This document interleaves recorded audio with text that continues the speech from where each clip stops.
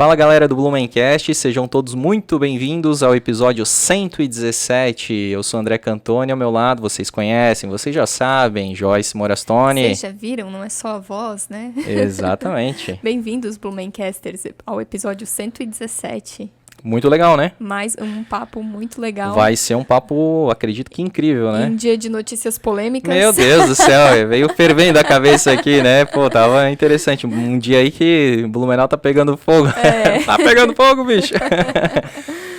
Cara, com essa questão aí de uso de máscaras, pandemia, a gente achou legal, assim, tá trazendo ele aqui hoje, porque durante o processo, né, muita coisa estava se desenvolvendo, muita coisa era nova e tal, todo mundo foi aprendendo ao longo dessa jornada, mas agora que a gente já começa a perceber que está tendo, né, um caminho aí final, as vacinas tá aí, o percentual tá grande, os leitos de UTI estão mais baixos, até essa questão que a gente também vai abordar sobre o uso de máscaras, né, muitas cidades aí já decretando uso facultativo, enfim. Então a gente decidiu, e ele veio numa boa hora, para fazer, tipo, além de contar a vida dele, que eu acho que vai ser muito bacana também, o pai dele já esteve aqui também, mas aí de contar, fazer uma retrospectiva dos altos e baixos, os desafios, né, tudo que aconteceu aí na pandemia, né, falando aqui de Blumenau. Então, sem mais delongas, quero dar muito boas-vindas ao Winnetou Krambeck, secretário de Saúde de Blumenau. Seja muito bem-vindo, meu querido. Olá, André. Obrigado pela oportunidade de estar aqui, a gente poder conversar aqui sobre pandemia, também sobre a minha vida, as coisas que aconteceram na pandemia, que tem coisas que às vezes a gente acontece para organizar todo esse processo que a gente viu, que a gente pode estar aqui conversando, discutindo, entendendo como é que a gente trabalhou esses 2 anos aí de pandemia aqui no nosso município. É isso aí. Então, cara, a gente vai falar sobre esse decreto da máscara só no final. Mentira, vai estar no meio do episódio. Isso, porque senão o pessoal passa tudo lá pro final para saber qual que vai ser a questão, né? Parte polêmica. Isso, exatamente. Vamos deixar pro final aí, fazer suspense. Mas é isso, gente. Pedir aí para você se inscrever. Se você já assistiu o Blumencast aí 3 vezes, já tá mais do que na hora de você se inscrever no nosso canal. Episódios 2 vezes por semana. Também temos o nosso canal de cortes. Lá a gente coloca os episódios fatiados para que você possa ver alguns temas, né, algumas falas aí dos nossos convidados e aí sim ir para o episódio completo. Falando ainda de YouTube, a gente tem o nosso clube de membros, que é os Capivaras, né, Joyce? Sim, os capivaras douradas, né? Exato. Que podem estar aqui com a gente na bancada. Tem o grupo do WhatsApp ali, que sempre troca muita informação legal. Brindes exclusivos. Alguns eventos exclusivos também, né? A gente já está pensando aí no próximo. Tivemos a noite de projeções aqui, né? Na Vilizivert, vídeos antigos, muito legal. Uhum. Mas eu quero falar do canal do YouTube. Eu, né, como voz da consciência, minha voz tem mais poder. Não é 3 vezes, não. É a primeira vez, já se inscreve lá, porque eu tenho certeza que vocês vão gostar. Eu dou uma colher de chá aí, né, pro pessoal. Mas é isso aí, Não, mas falando sério, assistam e se gostarem, se inscrevam, que ajuda bastante a gente, ajuda a entregar o nosso conteúdo aí. É isso aí. Agradecer a todo mundo que nos ouve pelas plataformas de áudio, né, seja no trânsito, enfim, em vários lugares aí que você estiver fazendo qualquer tipo de atividade, estiver nos ouvindo, muito obrigado. E não se esqueça também de seguir o @Blumencast no Instagram, que lá tem muito conteúdo bacana, várias curiosidades sobre a cidade de Blumenau. Lá tem sempre a agenda dos próximos convidados, você pode interagir com a gente, fazer perguntas, mandar mensagens, vai ser lido aqui, geralmente é lido, né, Joyce? As principais, Sim. As mais relevantes, né? Uhum. Então... E para provar o quanto eu gosto de vocês, eu me vesti de velha no Reels recente. Então, assim, é muito amor por vocês, Blumencasters. Você pode dar boas risadas lá no @Blumencast, tá bom? Então segue a gente lá. E aí, vamos falar dos nossos patrocinadores, né? Que é a CRC Imóveis, a sua imobiliária em Blumenau. Como eu sempre digo, a gente está nos estúdios aqui da CRC Imóveis e eles têm um recado para vocês. Escuta aí. Há mais de 20 anos atuamos na compra, venda e locação de imóveis em Blumenau, prestando todo o suporte do início ao fim para os nossos clientes.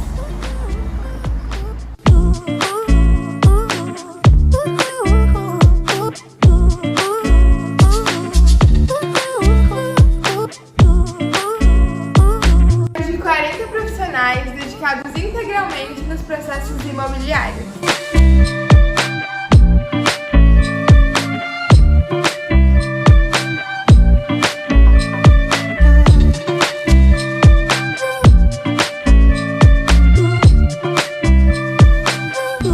Acesse o nosso site, conte com a sua imobiliária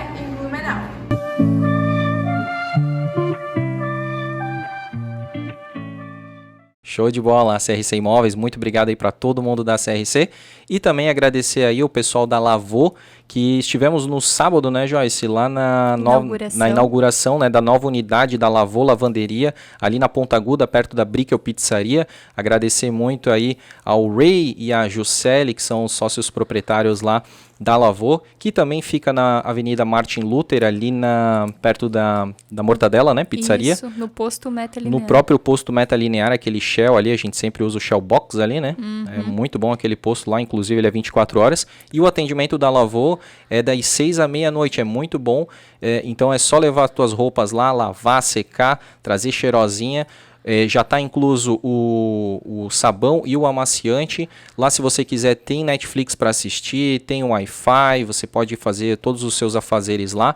É muito interessante, é muito bacana e super barato também, né, Joyce? E o ambiente é monitorado, né? Monitorado, então super seguro. Uhum. E climatizado. Nesse super... calor aí de Blumenau. É importante. Super importante. É uma baita inovação aqui para a cidade. Vale a pena conferir. Sujou, lavou. Vamos que vamos? Vamos que vamos. Então, cara, queremos lhe conhecer. A nossa pergunta clássica aqui para os nossos convidados é se ele nasceu em Blumenau. Você nasceu em Blumenau, Inito? Nasci em Blumenau, sou daqui de Blumenau, sou ali do bairro da Velha, né? Próximo à Vila Germânica. Ah, sim. Um local bom, né? Que a minha infância ali principalmente pra ir em outubro. Em outubro fica perfeito, né? Para ir para outubro. Tu tinha né? aqueles amigos interesseiros, assim, que queriam ir para perto da tua casa, dormir na tua casa? Tinha tal, também. Tinha né? um grupo que ia, na época de outubro, sempre começava a ligar um pouquinho antes já para organizar, para poder ficar em casa ali, que era perto. É igual quando a pessoa que tem casa na praia, assim, né? Também. Tipo... O casa na praia, piscina, né? o caso com piscina, Ou que às casa vezes com é pro piscina, amigo, né? mais pro amigo do que pra você. Isso, bem isso mesmo. Então morasse ali, nascesse ali próximo, é isso? Morei, nasci. Grande parte da minha vida eu fiquei ali naquela região, né? Então meus pais moravam ali. Hoje a gente já não mora, mas assim, eu acho que foram 38, eu acho que foram 32 anos ali. Então praticamente a vida toda naquela região. É uma região muito boa, assim, eu gosto muito daquela região. Curtisse muito o Ramiro. Claro que na época de infância não tinha o Ramiro ali, né? Eu tive os dois Ramiros, na verdade, né? Tinha uma época que o Ramiro era só a pista central ali, aí o pessoal treinava atletismo e tinha que cuidar um pouquinho com o martelo. Às vezes tu tava caminhando e vinha um martelo em cima de ti. E aí depois, na verdade, foi feita toda a nova estrutura do Ramiro. Eu aproveitei também. É uma estrutura muito boa para quem mora ali naquela região. E claro, o Parque Vila Germânica, sempre aproveitar e também... Que na tua época já não era mais Famosk, né? Tua época era Proeb, já. Na minha época já era Proeb. Né? Mas eu não sei se você lembra, lá naquela região tinha as quadras que era o Linguição, que se chamava. Não, tô ligado. Que eram umas quadras que tinha quadra de vôlei, quadra de... Mas isso aonde? No Ramiro? Lá onde hoje é a Profamília. Ah, é? Tinha uma Chamava estrutura de lá. Linguição ali? Tinha uma estrutura ali.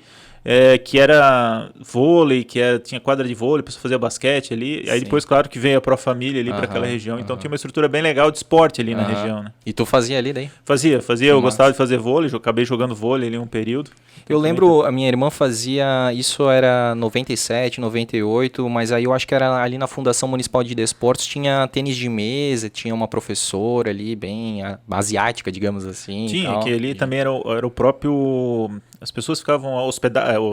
Isso, alojamento. Alojamento dos atletas era ali também, ali, naquela né, região. Também, né? Muito bom, cara. Não, aquela região ali é fantástica, né, cara? E hoje mais ainda. Vocês falaram do Ramiro antigamente, eu não sei se tu viu, o Blumenau Antiga postou, hoje, né? Foi postou hoje. como era. Eu não imaginava como era aquele Ramiro antigamente. Era bem, quase mato, assim, né, cara? Uma época que tinha rodeio ali. Festa do Cavalo. Festa do Cavalo, exatamente. Muito bom, Festa cara. do Cavalo ali. É época que, então, tu vai lembrar, eu lembro disso, porque não tinha Big na época, né? Não tinha o McDonald's ali, nem a delegacia, nada. Ali ficava geralmente o circo do Beto Carreiro. Sim, tinha os circos normalmente, não só do Beto Carreiro, os outros circos acabavam ficando naquela região, né? Um terreno grande ali.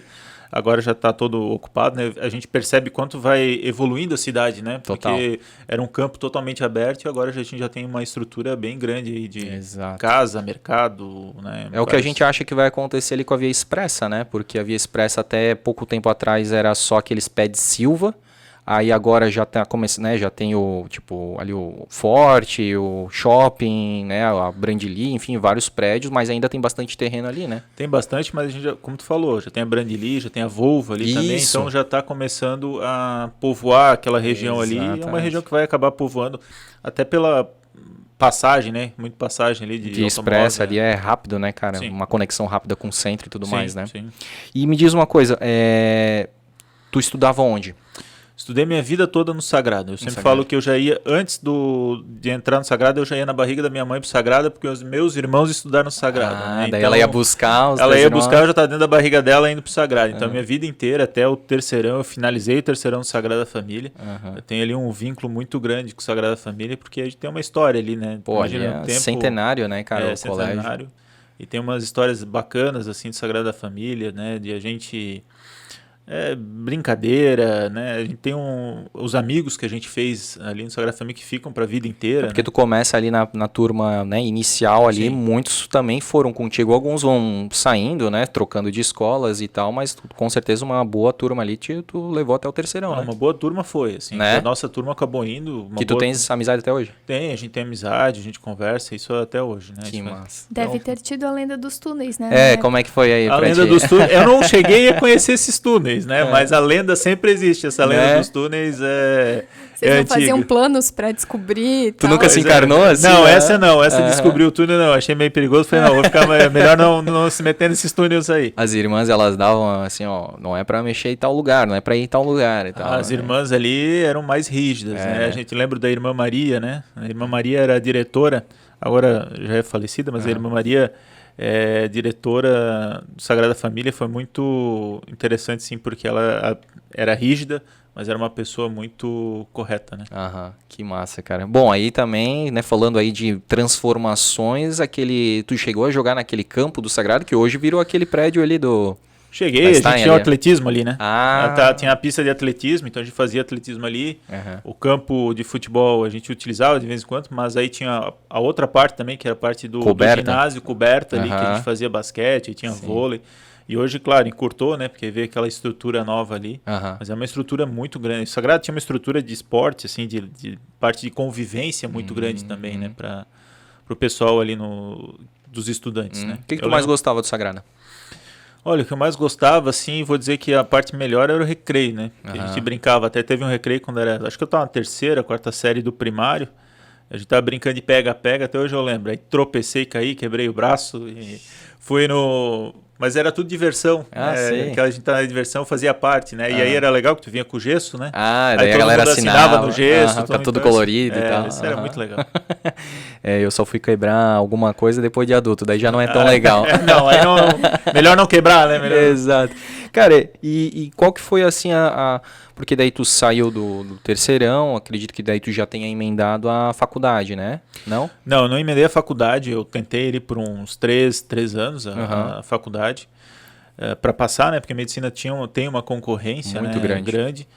E aí nesse período eu acabei fazendo cursinho, eu fiz no Energia cursinho, que era na época o cursinho que tinha melhor referência aqui para cursinho pré-vestibular. Mas ao mesmo tempo eu trabalhava, minha irmã tinha uma construtora, ela ainda morava aqui, agora não mora mais, mas ela tinha uma construtora e aí eu acabei trabalhando com ela. Né? Nesse período ali ajudava na parte financeira, algumas coisas eu ajudava, tecnicamente não sabia nada de projeto de engenharia, eu ajudava nas outras partes. E fazia cursinho à noite, né? E aí eu acabei fazendo cursinho e eu só passei porque eu fui para Curitiba. Aí eu acabei em 2004, eu fui para Curitiba. Aí fiz ali o Positivo em Curitiba, eu passei 1 ano estudando em Curitiba. Também era o cursinho, né? Cursinho também, cursinho do Positivo. E aí, do cursinho aí eu passei e voltei aqui, eu fiz aqui na FURB, a faculdade, né? Acabei voltando para o Blumenau para fazer a faculdade. Pô, e por que, né? Tipo, tu já estava tentando, ou tu tentou outros cursos? Tu sempre quis ir da área da medicina? Nunca tentei outros cursos, sempre foi. Desde criança eu tinha a ideia de fazer neurocirurgia.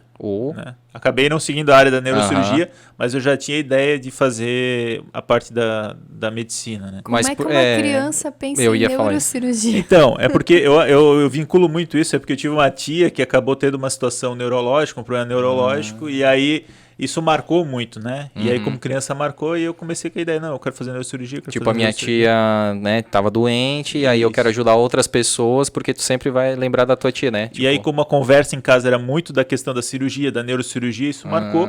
E aí eu já falei, não, eu quero fazer neurocirurgia. E engraçado que foi a parte da medicina, eu nunca tentei outro curso, eu sempre tentei medicina e acabei passando em medicina aqui para FURB. Porque na tua família tem outros médicos? Não, na minha família não tem. Minha irmã é engenheira civil, meu irmão é engenheiro elétrico, o pai é economista, né? Teu irmão vai te matar por tu ter falado engenheiro elétrico, cara. Ele vai falar assim, por eletricista. acaso eu tenho uma tomada aqui pra ser ligado. Eletricista. Todos os engenheiros eletricistas fazem essa Vão me piadinha. matar E a gente não vai cortar.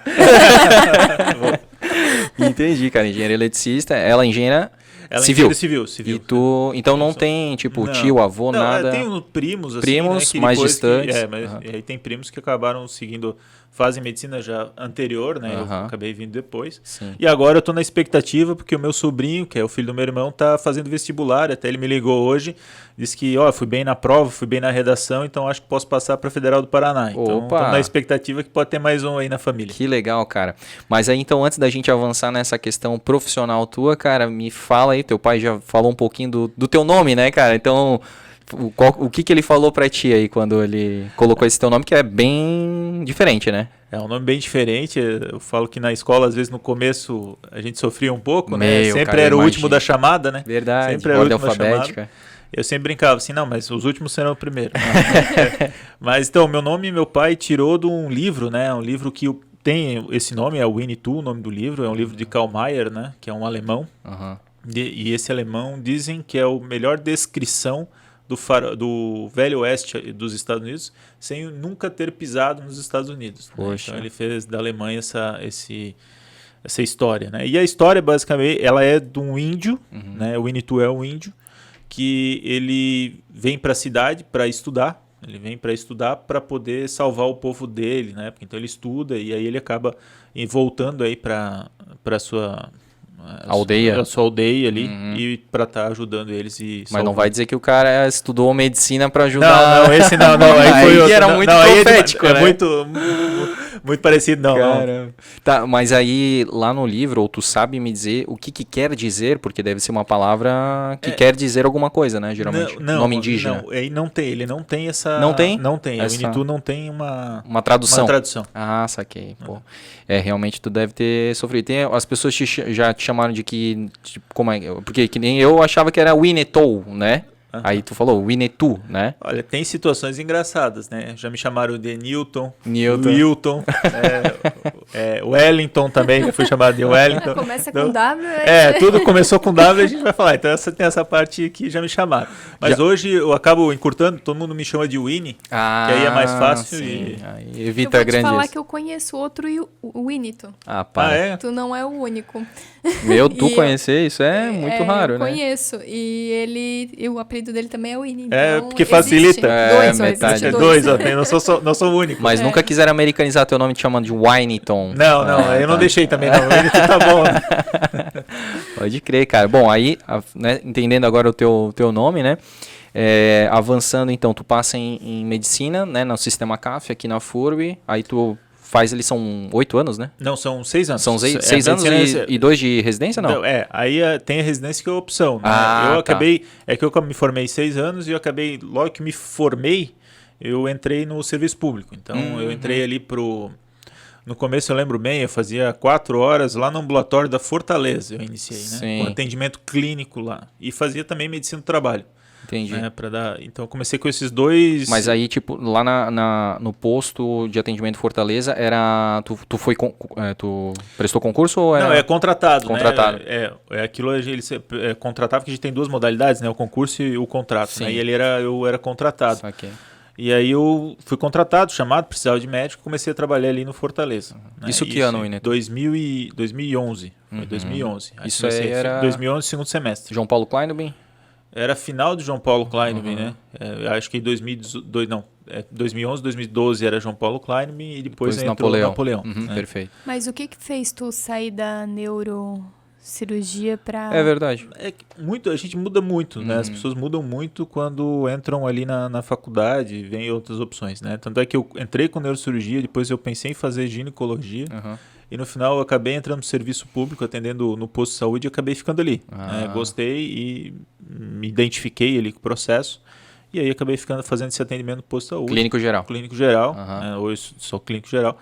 E ali trabalhei e gostava desse... Aí é que no ambulatório, né, o ambulatório ele tem muito mais atendimento, porque ele não é vinculado a uma comunidade, assim, né? Ele tem uma comunidade muito maior. Entendi. Né? E aí eu fiquei em 2011 ali, em 2012 eu entrei num posto de saúde, que aí é o Estratégia de Saúde da Família, né? Que a gente já tem uma comunidade, já tem um grupo mais fixo de pessoas que tu atende, né? Aí eu comecei ali na Velha, que era no Arão Rebelo, mas eu atendi um mês e pouquinho, isso em 2012, e aí passei depois para o Gilson Piva, que hoje é Frederico Enzi, a gente acabou mudando o nome desse posto de saúde, que é lá na Itopavazinha. Na Itopavazinha. Na Itopavazinha. Então... Perto lá ali da... Tem a rótula ali, né? Isso, que tem aquele casarão ali, aquele casarão Não. antigo. Aí é mais pra... Aquele é outro posto? Aquele é outro. Ali tu tem... Aqui nós temos ali o Armando Odebrecht, tem o Haroldo Evo. Então tem vários postos naquela região.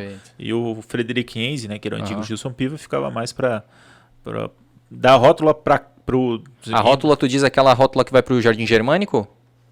Não é aquela. É isso. Ele fica mais próximo indo pro Jardim Germânico. Perfeito. E aí tu tem um lá dentro do Jardim Germânico. Né? Então tu tem também esse posto. E ali eu trabalhei em torno de quase 5, 6 anos. Eu fiquei trabalhando ali nesse posto. Né? Eu tive um vínculo muito bom com a enfermeira ali, a enfermeira Anice, até hoje. A gente se conversa até depois de ter saído. E ela trabalha há muito tempo. Quando eu cheguei lá, eu já estava muito tempo trabalhando naquela unidade, e a gente se identificou, acabei criando vínculos naquela unidade, e fiquei por ali por 5 anos e meio, 6 anos eu devo ter ficado ali naquela unidade. Caramba, cara. Teve algum fato, assim, alguma ocorrência, atendimento que te marcou mais, assim, nesses 8 anos ali? Um fato, assim, que me marcou muito é que minha mãe faz parte da Rede Feminina de Combate ao Câncer, né? E aí a minha mãe chegou e falou assim, eu tô com uma situação, tem uma criança que tem câncer aqui, só que eu precisava que tu me ajudasse a comprar uma peruca, né? Uma peruca para essa criança colocar e tal. Eu falei, não, isso tranquilo, mãe, eu compro, não tem problema nenhum. E aí comprei e tal, e passou um tempo, passou 1, 2, 3 meses, a gente comprou, a criança ficou feliz da vida, e aí passou um tempo, essa criança veio para ser minha paciente no Gilson Piva. Então, aí isso marcou muito, assim, né? Porque as coincidências da vida, né? E aí ela acabou vindo, fazendo tratamento, a gente acompanhou todo o tratamento dela. Pô, que legal, cara. E uma dúvida que eu tenho, assim, é verdade que segunda-feira é o dia que a galera mais chega lá no posto de saúde, tem muito miguezinho, assim, Segunda-feira é um dia difícil de muito atendimento, né? E realmente sempre tem as pessoas que acabam querendo ganhar um atestado, coisa disso. Né? E a gente tem que coibir, né, da melhor forma possível para evitar esse tipo de situação, né? Às vezes eles tentam enganar os médicos, mas é difícil. A gente tem alternativas aí para evitar esse tipo que eles consigam nos enganar, né? Exatamente, porque uma coisa é tô sentindo dor e tal, né? A gente sabe o quanto que dor é subjetivo, né? Mas vocês têm as manhas, né, Sim, cara? Pra tem saber... o exame físico ali pra gente realmente identificar se a pessoa tem dor, né? É o que eu sempre falo. O médico, se ele identificar que a pessoa realmente está precisando, ninguém vai se negar ao atestado, né? Mas o atestado ele tem que ser realmente para aquela pessoa que está precisando. Né? Não para o cara que encheu a cara final de semana e não quer ir trabalhar. Não, esse aí tem que ir trabalhar e não tem jeito. Sacanagem isso aí, né, cara? E aí toma o lugar de tantas outras pessoas que estão ali precisando, né? Precisariam realmente daquele atendimento, né? Tu nunca teve nenhum tipo de problema relacionado tipo a ameaça, porque a gente vê alguns servidores da saúde, né, tendo algum tipo de ameaça por atendimento e tal, nunca teve esse... Assim, desentendimento, isso acontece, né? Isso é normal, até porque a gente está lidando com as pessoas no momento mais frágil delas, né? Então isso tem que ter entendimento. Mas até hoje, eu trabalhei esse período todo ali no posto de saúde e eu nunca tive uma quebra de vínculo, né? Porque o médico ele pode fazer quebra de vínculo quando existe uma dificuldade de entendimento entre o paciente e o profissional, ele pode quebrar e não atender mais essa pessoa, porque se entende que se quebrou o vínculo do paciente e o médico, e quando se quebra esse vínculo fica difícil o atendimento. Entendi. Ainda mais num posto de saúde que você tem um vínculo todo com a comunidade. Então pode-se fazer essa quebra de vínculo. Mas eu, por todo esse período, eu nunca fiz quebra de vínculo, né? Já teve algum paciente que às vezes tu queria o atestado, tu não deu atestado, aí fica brabo que não ganhou atestado. Mas eu sempre tentei contornar da melhor forma possível, então até hoje eu nunca tive quebra de vínculo assim, e ameaça por parte de pacientes, graças a Deus. Que bom, cara. E aí, saindo então, aí tu já vai direto como para secretário de saúde, depois do posto na Itopavazinha? Não. Aí o posto da Itopavazinha eu iniciei para fazer regulação, né? Regulação a gente acaba regulando exames, consultas, então os médicos encaminham, né? Mas como a gente não tem a disponibilidade de exame para todos, né? Então tem um sistema de regulação, né? Isso vai para o sistema de regulação, né? E a gente ali, os médicos da ponta que estão no posto de saúde encaminham para a regulação, e ali a gente avalia e autoriza o exame ou não, ou pede mais informação para autorizar esse exame. Então tu sai tipo da linha de frente e vai para uma área, digamos, mais administrativa, onde tu tem que analisar aqueles pedidos de exame para... Exatamente. Aí tu passa por uma parte, não tem mais o contato com o paciente, está mais uma questão no computador, né, que você tem, e o teu contato é muito maior com o profissional médico, né, para que a gente autorize o exame ou não, ver se ele também tem uma urgência em fazer aquele exame, se tem alguma necessidade mais rápida de realizar esse exame. Então eu passei para essa área aí da regulação. Entendi. E aí eu fiquei na regulação um bom período ali, fiquei 2 anos. Em 2018, meio de 2018, eu fui chamado aí para fazer parte da gestão da saúde aqui, da Secretaria de Saúde, mas como diretor da atenção à saúde, que era parte da atenção básica ali do município. Entendi. Em 2018 eu cheguei ali como diretor, julho de 2018. Perfeito, cara. E aí o que tu fez, né, nessa época como diretor, assim, o que tu evidencia mais, assim, o que vocês trabalharam, em que frentes? Eu acho que a gente tentou, naquela oportunidade, a gente tentou mudar muito a questão da relação com o servidor, né? Melhorar essa relação, às vezes tem uma relação que a gente tem que estar sempre construindo com o servidor a relação. E a gente tentou construir uma melhor relação com o servidor, né? Entender o que eles necessitavam, né? Para a gente poder melhorar a relação do servidor, da pessoa que está na ponta, né? A gente entender o que ele precisa na ponta é fundamental para que a gente dê suporte para ele no atendimento à população. Na época, o que era, Whindersson?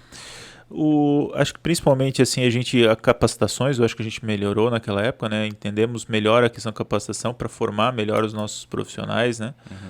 Abrimos também alguns ESFs para aumentar a questão de ESFs aqui no nosso município e melhorar também o equipamento desses profissionais na nossa rede ali, né? Então isso também a gente acabou melhorando. Claro que a gente tem que melhorar ainda mais, mas a gente acabou também atuando nessa frente. E vocês sentiram assim essa melhoria? Tipo, antes tinha muita, digamos, crítica assim, né, por parte dos servidores, né? Essa relação ela foi amenizada? Acho que sim, acho que a gente conseguiu amenizar ali por um período, sabe? Críticas sempre vão ter, né? A gente sabe, sempre vai existir crítica, mas por um tempo a gente conseguiu diminuir, né? Esse distanciamento, né? Então, lógico que a pandemia veio e aí com a pandemia isso fica um pouco mexido, né?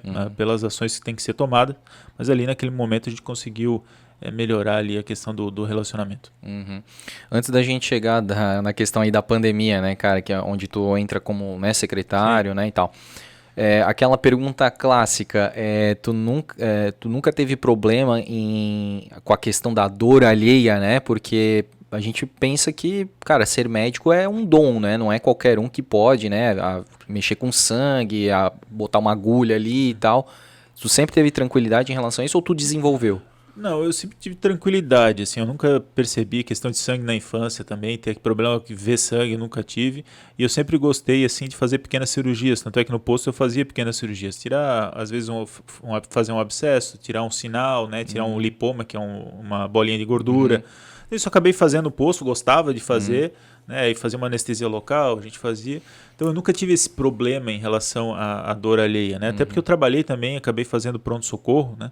Então no pronto-socorro a pegada é outra, né? Bem maior do que numa estratégia de saúde da família, mas a gente sempre foca, às vezes a gente vai gerar uma dor, mas para um benefício maior. Então é isso que a gente tem que ter na cabeça. Você pode crer. E aí sim, tu fica então 2 anos como diretor de saúde? Não, eu fiquei, não deu, eu entrei em julho de 2018 e 19 de abril eu entrei como secretário. E por que houve essa... Então, na época eu trabalhava com o Marco Bramoski, né, que era o secretário na época, então ele era o secretário, até mandar um abraço para ele, um secretário fantástico, muito bom de trabalhar. É um cara que realmente a gente conseguia conversar e sabia saúde pública, era sanitarista também, então muito legal trabalhar com ele. E aí ele optou por sair porque ele tinha um projeto, ele já tinha sido também presidente da Unimed, aí é que ele veio para a secretaria e ele teve projeto de outros projetos que ele tinha, e aí ele acabou saindo em 2019, e aí eu recebi o convite do prefeito para assumir a secretaria. Aí a gente começou a assumir a secretaria a partir de 2019. E aí como é que foi, assim, qual que foram as primeiras desafios, metas, assim, né? Porque daí era já o governo pós ali eleição? Não era 2019, era 2019, né? Então, um ano já tinha. Depois da eleição para presidente ali, Sim. né?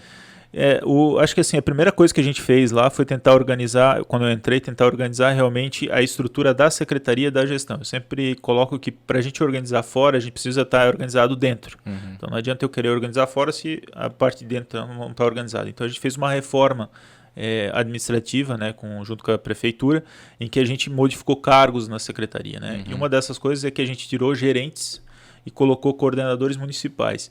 E aí quando a gente colocou coordenadores municipais, só poderiam ser indicados para esses cargos pessoas da saúde, servidores da saúde. Tipo, né? Técnicos? Técnicos da saúde. Legal. Então, a gente criou um ambiente com muito mais técnicos na saúde, né? Então, a gente fez outros ajustes também de diretoria, só que isso foi fundamental para que a gente conseguisse andar com os técnicos e ter a opinião dos técnicos realmente, né?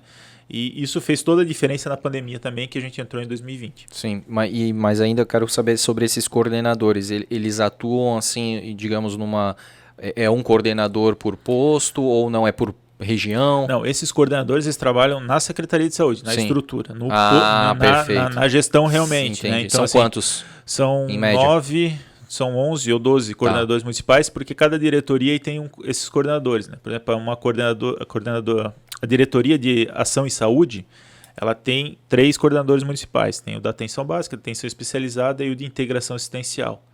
A vigilância, por exemplo, de vigilância e saúde, tem o coordenador da vigilância epidemiológica e o da sanitária.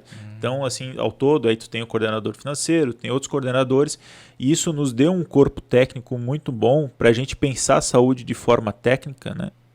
E com a visão de quem estava lá, né? Quem estava lá na ponta, quem trabalhava lá na ponta. Isso foi fundamental aí para que a gente conseguisse dar esse corpo mais técnico para a saúde. Deixa eu te perguntar, tu falou de coordenador financeiro. Mesmo coordenador financeiro é também da área da saúde? Não, aí são pessoas que estão lá, estão ligadas, mas o diretor não, né? Diretor pode ser qualquer outro que indicação, mas o coordenador sim, são pessoas ligadas ali, porque a gente tem muito... Quando é financeiro, a gente tem muitas pessoas que trabalham no fundo de saúde, né? Que é o Fundo Municipal de Saúde, que eles são ali, trabalham há muito tempo, já estão lotados ali, são administrativos, mas estão lotados ali na Secretaria de Saúde e trabalham há muito tempo com a dinâmica ali do fundo, que é uma coisa separada, né? O Fundo de Saúde ele acaba sendo muito separado do fundo da prefeitura, né? Isso por determinação federal, ele acaba sendo bem separado. Daí, tipo, por ele ter essa experiência, ele já sabe melhor como distribuir os recursos. O fundo, ele tem suas nuances, né? Diferente. Então, se entra alguém de fora, muitas vezes tem dificuldade em entender os mecanismos do fundo de saúde. Né? Sim. Então, hoje o coordenador não tem, porque a minha diretora, ela trabalhava no fundo. Então, ela assumiu como diretora do fundo, a Deise, trabalha muito tempo na saúde, e ela assumiu ali essa diretoria. Então, a gente agora não tem mais esse coordenador, porque ela acabou assumindo a diretoria. Né? Tá ali, mas...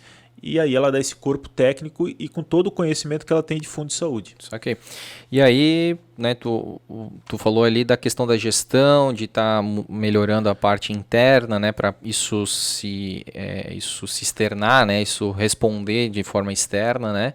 Foi a grande mudança nesse pouco tempo? Eu acho que nesse 2019 ele foi a nossa grande mudança, né? Então...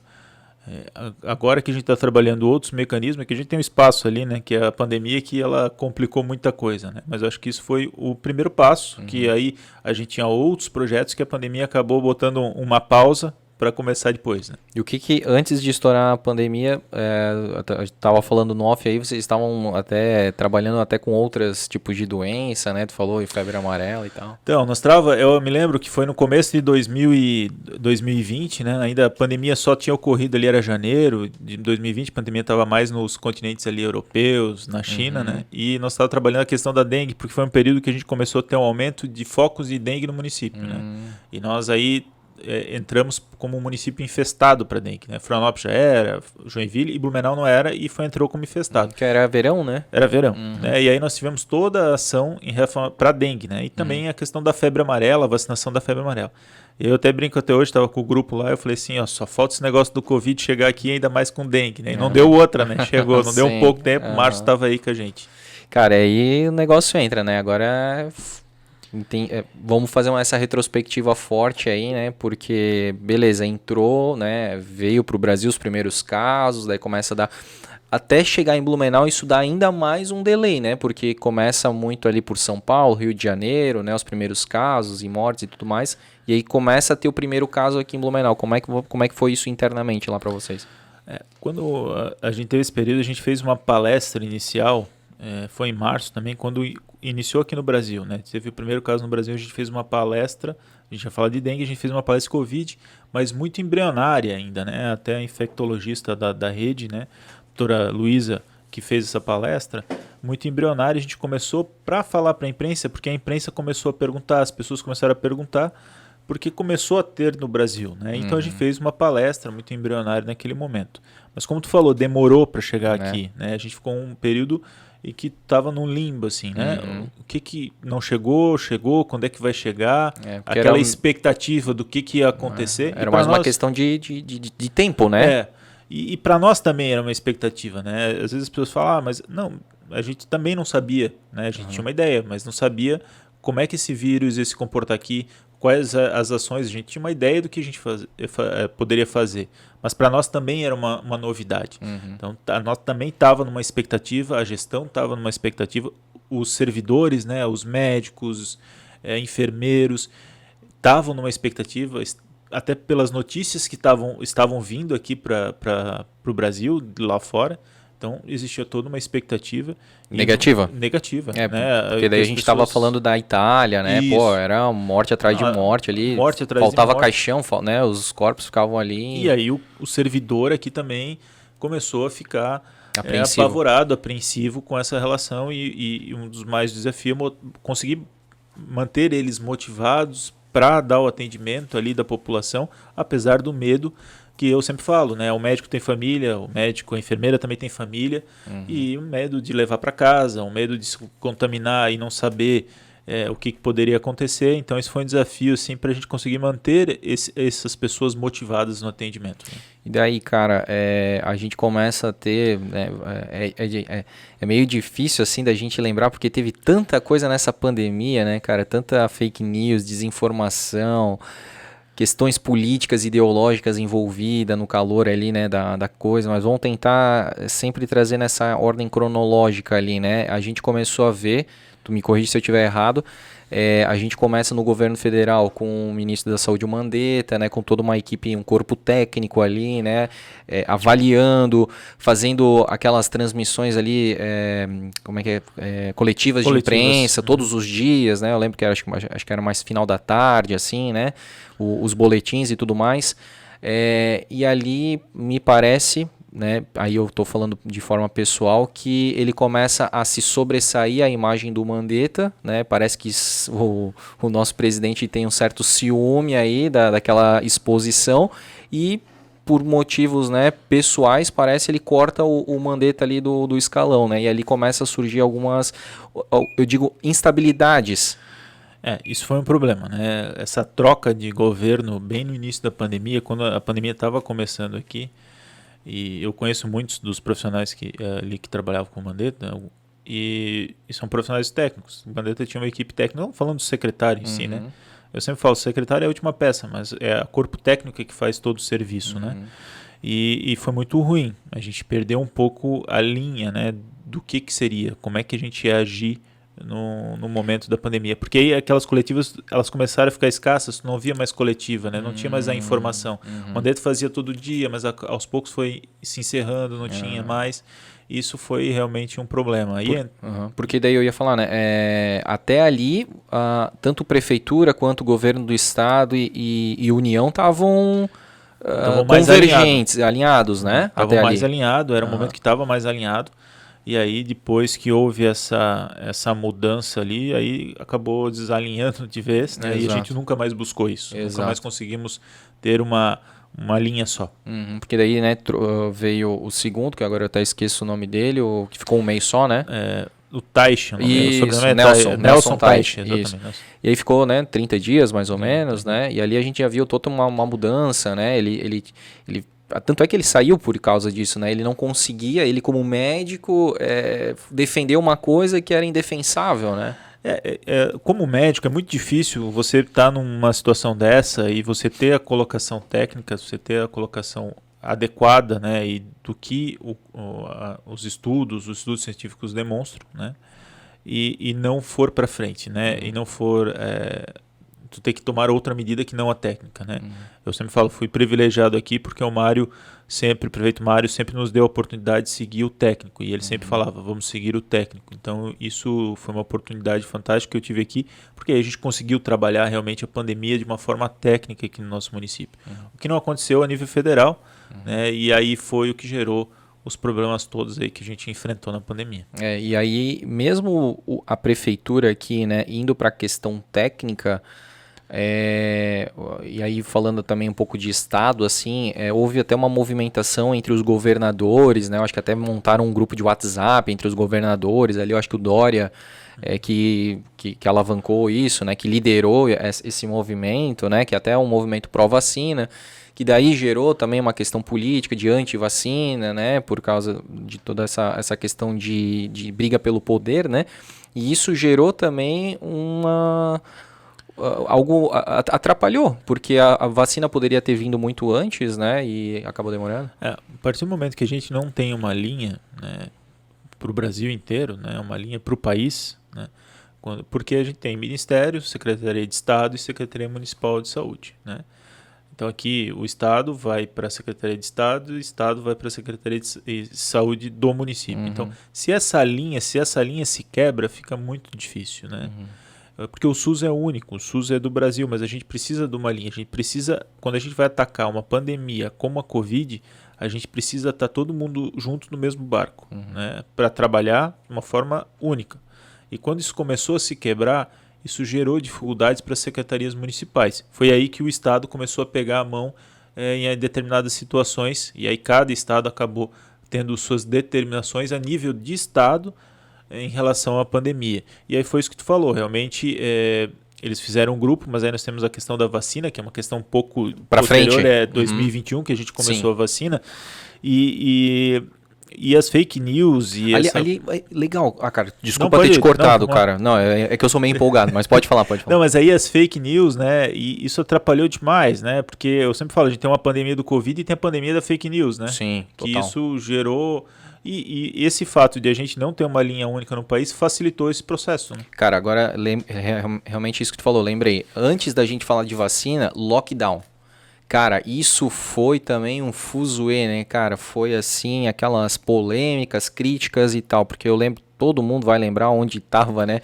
Ali quando houve aquela segunda semana de março, né? De 2020, certo? Sim, foi segunda semana de março, começou, que foi decretado pelo Estado, né? Isso. E já tinha sido decretado alguma coisa pelo governo federal? Não, o governo federal nunca determinou nenhum tipo de restrição. Porque ali o Mandetta já tinha saído? Sim.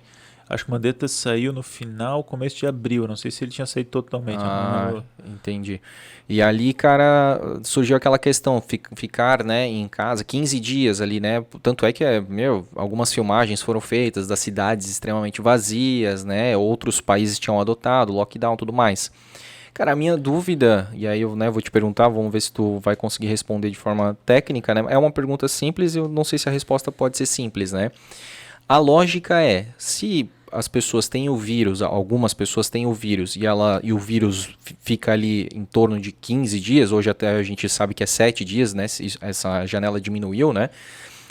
Mas na época lá, 15 dias, se todo mundo realmente tivesse ficado em casa, porque daí eu sei que se levantou muito a questão economia versus saúde, né?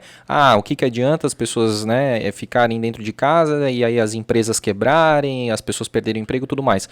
Mas se realmente o brasileiro tivesse a capacidade de se ajudar nesse sentido, né, de não também deixar as pessoas menos ou mais necessitadas, né, na mão, assim, que o governo pudesse ajudar nesse sentido, mas que a gente tivesse ficado 15 dias. Realmente a gente teria, digamos, matado esse vírus dentro das casas ou não? Isso é impossível mesmo? Não, isso não acontece, a gente não teria matado. Eu acho que, vamos olhar o governo do estado, ele entende que o lockdown naquele momento, porque lembra naquele momento a gente não tinha muitos casos, eram casos esporádicos, só que houve uma situação, se eu não me engano, um casamento que foi na cidade de Laguna, se eu não me engano, teve um casamento que houve ali vários casos, alguns pacientes acabaram indo para UTI, e aí naquele momento o governador vem e decreta, né, realmente a parada ali de tudo, né?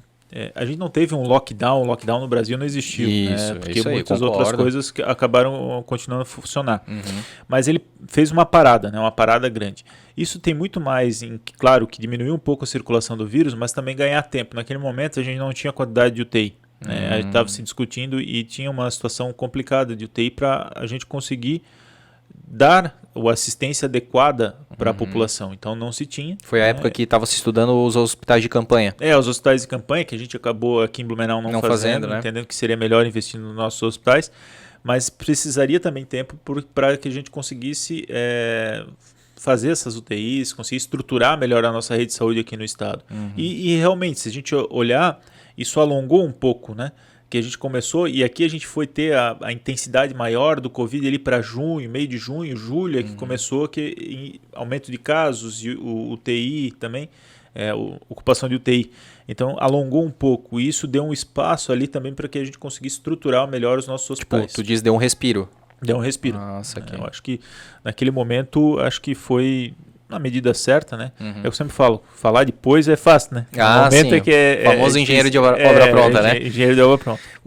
Mas isso é uma coisa que eu fico um pouco indignado, assim, com algumas pessoas que falam assim, teve lockdown e olha aí, não funcionou nada. E agora tu acabou de confirmar, não teve um lockdown mesmo, né, cara? Teve aquela, né, o fique em casa ali, as pessoas, né, cara, ficaram, mas realmente nem tudo parou, né? Não, nem tudo parou, a indústria não parou, né? A indústria continuou, nós tivemos, claro, a gente diminuiu, o que a gente fez não é lockdown, foi diminuir a circulação de pessoas. Fez algumas medidas para diminuir a circulação da pessoa, para evitar ali a contaminação do vírus. Tão rápida, né? Porque ela depois acabou acontecendo. E depois ela aconteceu e a gente conseguiu estar mais preparado, né, para o Covid. Tanto é que naquele período a gente não chegou a uma ocupação tão grande de UTI, a gente tinha UTI para dar de suporte, a gente chegou no máximo de UTI foi em começo de 2021.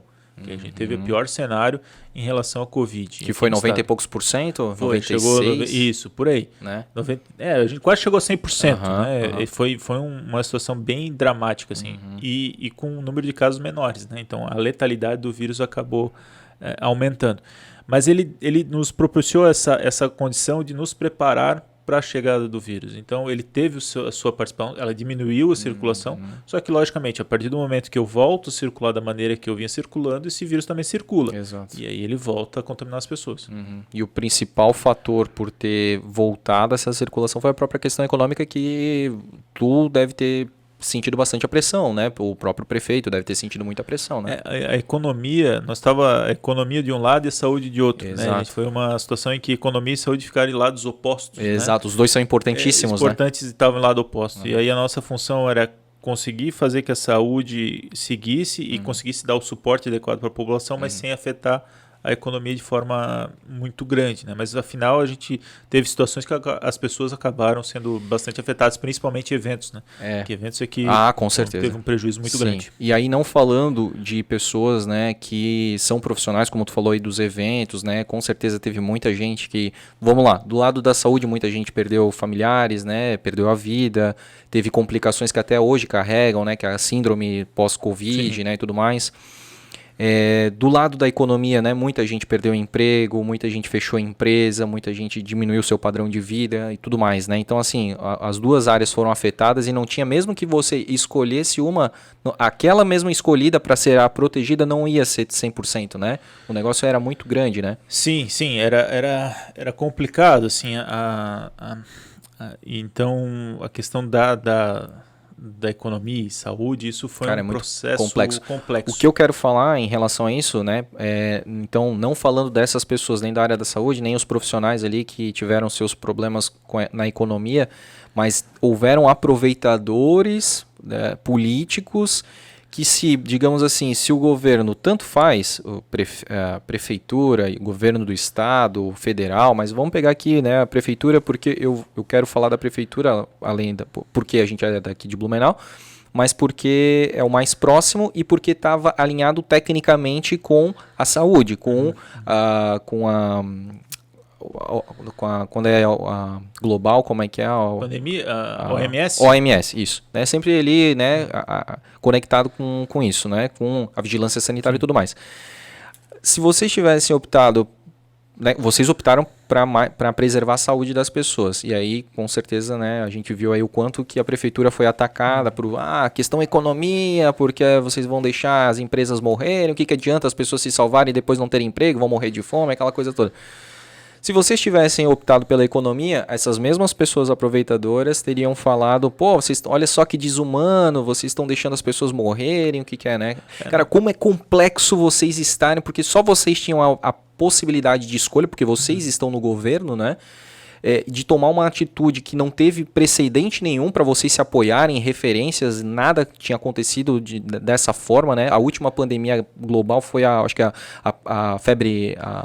Foi a gripe, né? A gripe espanhola. Não, mas aquela que, dizimou foi a gripe espanhola. Né? Gripe espanhola, né? Que foi 100 anos antes, né? E aí veio a pandemia aí do Covid e tal. Então, assim, cara, outro mundo, né? Outra economia, outras populações e tudo mais. Então, assim, sem se amparar, ter que cada dia ser um dia novo, tomar decisões que impactam, né? Que não vai conseguir agradar 100%, né? Não, agradar, eu já tinha isso na cabeça, eu nunca vou conseguir agradar 100% dos dois, né? Sim. Tanto da economia quanto da saúde, isso a gente sabe das dificuldades, né? E um dos momentos mais difíceis, lá em julho, Blumenau meio que tomou a decisão de fazer o fechamento por uma semana e depois abrir de forma um pouco restrita mais uma semana, né? Foram 2 semanas. E foi uma decisão das decisões mais difíceis que a gente tomou, né? Junto com o prefeito Mário, mas que naquele momento era essencial tomar. E aí quando a gente bota, a gente tem que preservar a vida das pessoas. Né? E é isso que a gente colocou. Não, nós vamos preservar a vida das pessoas, por mais que a decisão seja difícil. Tá, agora eu preciso fazer o contraponto, né, cara? Porque aqui a gente é apartidário, né? Sim. A gente é neutro aqui.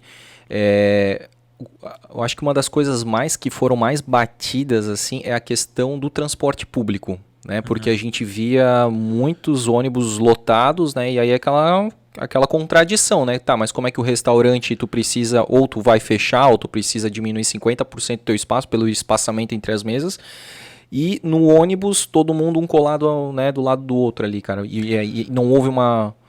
Então, teve linhas que foram mais complicadas, né, que a gente falou em relação a isso, né, com o aumento de ônibus que foram mais complicadas para que a gente conseguisse manter ali o número de pessoas, né, de restrição. Muito difícil também essa questão de 40%, 60%, não é muito fácil de fazer essa questão da restrição, né. A vigilância sanitária deu apoio, né, nessa fiscalização também para o CETERP. Mas pontualmente a gente vinha trabalhando nas linhas, né? A gente não conseguiu e ninguém conseguiu que todos tivessem. Então a gente tinha alguns problemas em linhas e que junto com as empresas de ônibus a gente trabalhava para reduzir esse processo nessas linhas, né?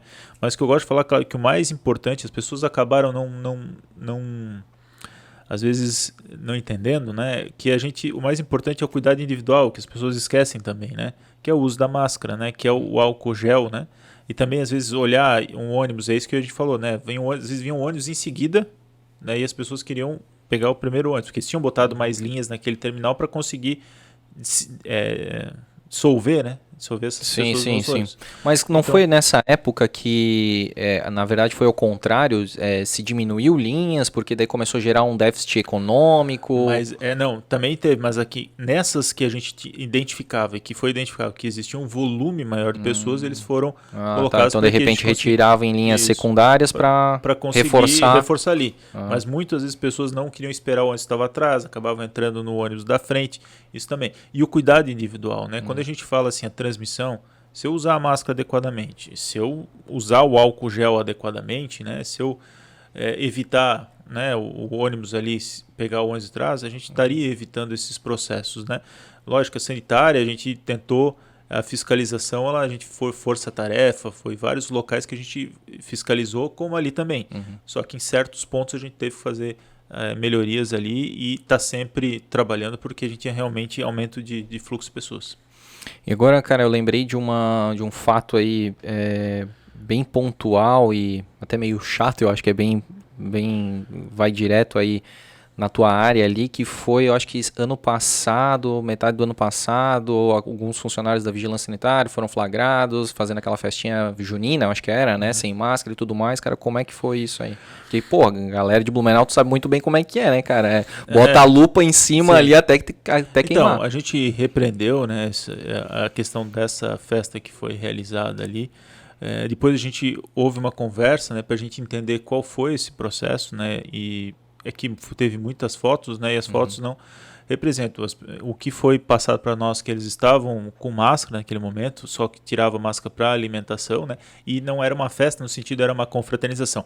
Mas de todo modo, o que a gente falou para eles assim, ó, independente do que for, né, se foi uma confraternização, se não foi uma confraternização, vocês não poderiam fazer isso, e eles foram repreendidos pelo o ato que fizeram, né, porque não deveria. E a gente, como saúde, a gente tem que dar o exemplo para as pessoas. E não, a gente não pode fazer o contrário daquilo que a gente vem pregando dia a dia. Isso aí realmente eu lembro que, né, todos os veículos de comunicação... Sim, foi muito ruim, né? Isso gerou, e eu sempre falo, depois de feito a gente tem que justificar, né? Às vezes uma coisa que não dá para justificar fica difícil, mas o fato é que a gente repreendeu todos. E ter humildade de assumir, né? Exatamente. É importante, cara, porque, pô, fazer errado e ainda dizer, né, tentar justificar uma coisa que não então dá, foi errado, independente se com máscara, sem máscara, foi errado e a gente repreendeu e tomamos as medidas cabíveis ali na situação. E aí a gente estava falando de lockdown, né? Aí depois do lockdown vem a questão da vacina. Eu acho que o lockdown vem a vacina, né? O lockdown ele acabou perdendo um pouco a força ao longo, né? A gente teve outros picos, né? O que a Covid foi? Ela teve picos, né? Teve um pico ali em julho, aí a gente ficou um período sem, aí teve a campanha municipal, né? Eleição aqui, né? Aí lá em dezembro, final de novembro, dezembro, novembro ali começou a subir de novo, a gente teve um aumento de casos e depois a gente teve em 2021 também aumento de casos. Em 2021 nós fomos muito afetados pela variante Alfa, Gama. Alfa, que se não me engano é a variante de Manaus, que é uma variante que se mostrou muito mais com uma agressividade maior, né? Ela chegou, e a gente viu isso nos dados também, porque o que a gente observou? A gente tinha menos pessoas contaminadas com Covid, mas a UTI bem cheia e com maior número de óbitos. Então, isso mostrou que aquela variante ela realmente era mais agressiva e foi um dos piores cenários que nós enfrentamos aqui no nosso Ela era mais letal, então. É mais letal, ela tinha uma agressividade maior, né? As pessoas internavam muito fácil. Complicações. E aí, antes que a gente tinha o discurso, né, que o idoso, não é porque assim, o idoso fica em casa, o idoso é que é o mais afetado, isso foi se modificando. E aí, quando a gente percebeu a questão dessa variante, lá no início de 2021, o jovem também estava sendo acometendo. Nós estávamos com a UTI, com muitos jovens na UTI, muito jovem morrendo. Né? Então, foi um dos cenários mais complicados em relação à pandemia. E tu tinhas falado ali anteriormente que vocês, ao invés de fazer o hospital de campanha, optaram por estruturar melhor os hospitais, né? Qual que foi essa estrutura? Nós optamos por quê? Porque a gente entendeu que o que a gente investisse no hospital ficaria depois para a cidade. Né? Um legado, né? O legado para a cidade. Então a gente investiu em mais leitos de UTI. Né? O Santo Antônio ele tinha uma UTI com 15 leitos, a gente ampliou mais 5 leitos, então nós completamos a UTI deles, né? Equipamentos também, né? E aí eu tenho que fazer o agradecimento para o Estado, que o Estado nos mandou, né, respiradores naquele momento. A gente conversou com o secretário André Mota, o secretário André mandou respiradores. O Santo Isabel também, a gente tem a questão da ampliação dos leitos de UTI, né, nós chegamos a ampliar muito a nossa quantidade de leitos de UTI. Como eu falo, lógico que a partir do momento que a gente tem uma situação grave de Covid, o hospital vai, a gente brinca assim, vai canibalizando o setor, né? Aquele setor vai ficando o setor muito mais para Covid. Então, praticamente, teve um momento que a gente estava com o hospital inteiro dedicado à Covid, com algumas exceções. Mas era o hospital inteiro, eram as UTIs dedicadas. A gente tinha pouca UTI para paciente que fora Covid, o resto era tudo Covid. Tanto é que as próprias cirurgias eletivas foram paradas. Exato. Teve alguns momentos que a gente parou a cirurgia eletiva, teve um momento que a gente parou até consultas eletivas, né? E pararam justamente porque muitas vezes eu precisaria da UTI para fazer essa cirurgia, né? E eu não teria essa UTI porque eu estaria com o hospital cheio de Covid ou leito de enfermaria. Então a gente não teria mais essa disponibilidade. No nosso protocolo ali do Covid, tinha situações que a gente poderia até utilizar os centros cirúrgicos ali do hospital, né? As salas cirúrgicas como um local para estar disponibilizando e usando os pacientes graves, né? Como se fosse uma UTI no centro cirúrgico. Claro que num cenário que, mais graças improvisado, a Deus, improvisado, que a gente não chegou. Mas então a gente fez esse panorama, a gente sabia qual ação a gente tem que tomar conforme o progresso da Covid aqui no município. Mas as cirurgias eletivas são muito afetadas por causa disso, né? Então elas pararam, acho que se não me engano, 2 vezes, houve parada das cirurgias eletivas, e isso gerou um problema grande também que nós vamos enfrentar agora esses anos, né? Porque essa parada agora se reflete nos anos para frente. Sim, exatamente, porque eram cirurgias importantíssimas, né? Que as pessoas sofrem ali, buscam, né? E aí foi parado exatamente para uma coisa, digamos, mais urgente, né? Para uma coisa que não estava programada, né? Sim. E aí o que acontece? Aos poucos, essas pessoas que estavam programadas, que era eletiva, foram agravando e se tornando urgência. Putz, isso é um problema. Terrível. E aí a gente viu um cenário em que a gente estava com o hospital, depois de 2021, começou a vacinação, em que a gente estava com o hospital muito cheio, não de Covid, mas das patologias que se agravaram por conta da... É outro efeito colateral da Covid, né, cara? Outro efeito colateral da Covid. Putz. Foi esse que a gente ainda vem enfrentando e vai enfrentar por um bom tempo até que a gente consiga regularizar tudo. Total. E aí também uma coisa que às vezes as pessoas não sabem, mas que a gente aqui em Blumenau recebia das cidades vizinhas ali, né? Indaial recebia, né? Então tinha muita gente na UTI que era de Indaial, Gaspar, né? Não sei se Gaspar sim... Tinha Gaspar também, Pomerode. Também. É que tinha uma época que Gaspar ainda não tinha UTI deles, então vinha bastante para cá de Gaspar. Mas a gente a gente é cidade polo, então a gente acaba recebendo pacientes de várias regiões aqui. E teve até pacientes de Chapecó, naquele cenário ruim de Chapecó, a gente recebeu também pacientes de Chapecó aqui. Então, porque o controle dos leitos de UTI ele não é um controle do município, ele é um controle do Estado. Então, a regulação de leitos de UTI ela é do Estado. O Estado é que vê onde tem disponibilidade e conforme a disponibilidade... Vai equalizando e enviando os pacientes, colocando os pacientes em determinado local. Saquei. E como é que foi a visão assim pro médico, né? A gente até tem um médico nosso, cardiologista, né, Joyce, que ele trabalhou bastante tempo, o Dr. Ronaldo, né? Sim. Lá na UTI, então de vez em quando ele mostrava assim, né, olha aqui como é que tá, é um negócio absurdo, e ele sempre falando pra gente tomar cuidado, né, e tal, né, foi bem no comecinho ali da pandemia que muita gente obesa, né, então ele sempre falava muito, né, cara, ó, pra não ficar, né, obeso, porque, ó, acontece isso, né, era bem mais agravado o quadro de quem tinha, né, uma obesidade no caso, né, e ele falava assim que era desesperador, assim, né, Eu sempre falo assim, a gente tem que olhar o paciente do Covid, né? Imagina você estar numa UTI, né? Ou num quarto, né? E você não pode ter visita, né? Então as pessoas não podiam ter visita, o familiar não conseguiria ver, né? A pessoa que estava internada ali, imagina o familiar, ele só recebia informação do médico, né? Por quadro ou ligava para esse paciente. Então é um cenário... Triste, né? Triste, né? Triste. Meu, cara, aquelas despedidas ali, né? Tipo, a pessoa sabe que vai ser entubada, daí ali sim, né? O familiar mais próximo vem pra se, tipo, despedir. Cara, isso é muito triste. Tu não sabe se tu vai voltar, cara. Sim, foi um cenário bem triste, assim. Principalmente a gente começou a ver também muito a morte de jovem, né? A gente, principalmente em 2021, muito jovem morrendo. Os idosos, a gente tinha uma preocupação com os asilos aqui no começo, né? Blumenau é uma cidade que tem muito idoso, né? E tem muito asilo, então foi uma preocupação. Então a gente teve uma ação muito complexa nos asilos. Mas teve, né? Teve nos asilos, mas a gente conseguiu controlar essa disseminação nos asilos, tanto é que a gente não teve uma situação tão grave nos asilos aqui do nosso município, porque era uma preocupação que a gente tinha, né? E realmente é uma despedida sozinho, né? E, né? Então a pessoa acaba não... E eu vejo o lado familiar também, né? Que não consegue acompanhar, não consegue ver, né? Só por ligação, né? Exato. O do hospital é bem ruim. E os médicos, né, cara? Porque eles trabalharam ali de uma forma que de repente nunca tinham trabalhado, né? Olha, até a exaustão, né? Exaustão. Tem médicos que fizeram horas sem intervalo, né? Para cobrir, às vezes, um plantão que não tinha preenchido, né? Trabalhar de forma exaustiva. Os médicos, os enfermeiros, os técnicos, né? Trabalham. Então, acho que a pandemia, né, aqui em Blumenau, eu tenho só a agradecer os profissionais de saúde, né? Se a gente chegou ao patamar que a gente tem de letalidade, né, e as ações que a gente teve aqui, foi porque esses profissionais de saúde realmente se empenharam ao máximo e se dedicaram ao máximo a esses pacientes.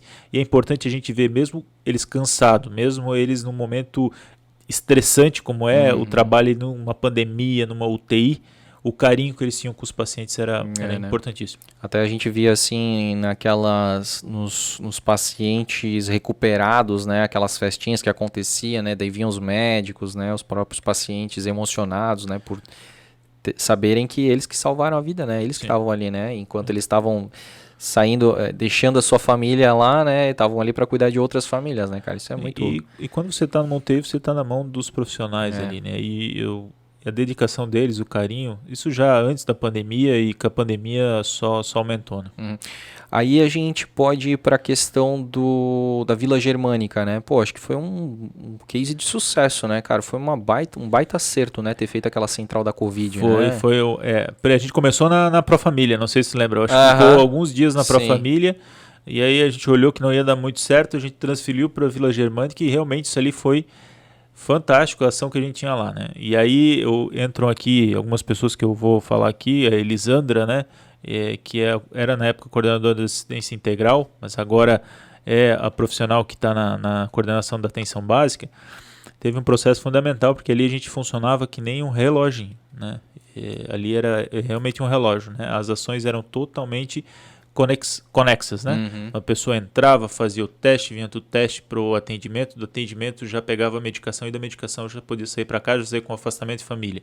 Então, ali ele funcionou realmente como um relógio, assim, como a gente gostaria. Claro que teve momentos que encheu, porque a demanda era muito grande, a gente não suportaria, então teve uma espera maior, mas a gente conseguiu realmente ali dar o atendimento adequado. Pô, total. E... É uma coisa interessante, daí tu vai me corrigir se eu estiver errado, mas assim, a gente até recebia, no início, a Joyce eu acho que recebeu até recentemente o SMS ali, uma pessoa da sua rua está infectada, isso era da prefeitura ou era do Estado? Não, esse era do governo do Estado. Esse era do governo do Estado, legal, né? legal. A prefeitura a gente ligava, né? E eu acho que recebiam pelo Pronto Móvel, que é o nosso aplicativo, eles faziam algumas perguntas, você está com febre, como é que melhorou? Tinha algumas perguntas que elas faziam. E aí a gente fazia um monitoramento dessas pessoas. Então a gente conseguia identificar se essa pessoa estava seguindo a restrição, ali, o né? protocolo, a gente conseguia... exatamente. E também o isolamento, né? A gente conseguia ter essa identificação. Então a gente criou ali um monitoramento, né? E o monitoramento, ele monitorava as pessoas, né? A Cleci, que é hoje a coordenadora de atenção especializada, é que aí todo mundo foi pegando uma coisa, né? As pessoas foram saindo das suas áreas e pegando para focar no Covid. Então a Cleci montou esse monitoramento, e a partir do monitoramento a gente começou a monitorar as pessoas. Né? No começo foi aqui na prefeitura, foi ali na central do CETERB, das câmeras, não sei... CCO. CCO, exatamente. E aí foi ali na CCO que a gente iniciou esse processo. Nós tínhamos um mapa ali gigantesco, e nesse mapa mostrava cada pessoa em vermelho que era positivo, azul suspeito, amarelo suspeito e azul que em tempo real. negativo. Em tempo real. Pô, que legal. E esse sistema a gente fez. Né? Foi um sistema feito por nós ali na Secretaria de Saúde, junto com a Secretaria de Gestão Governamental, e aí o Gabriel, que é o nosso coordenador do Pronto, fez todo esse processo para que a gente conseguisse ter esse sistema. E esse sistema a gente conseguia ali monitorar as pessoas, identificar, a gente fazia perguntas, isso nos auxiliava também nos dados. E também o monitoramento foi... E a gente conseguia identificar se a pessoa estava gravando. Né? E aí isso é muito importante, a gente conseguir uma ação mais rápida naquela pessoa. Antes da gente ir para a questão da vacina, né? Porque eu acho que seria a próxima etapa, assim, né? Teve alguma coisa até aí, assim, que a prefeitura viu que tomou uma decisão errada? Assim, eu acho que o que a gente pecou, e eu falei já isso em outros locais, é o rastreio de contatos.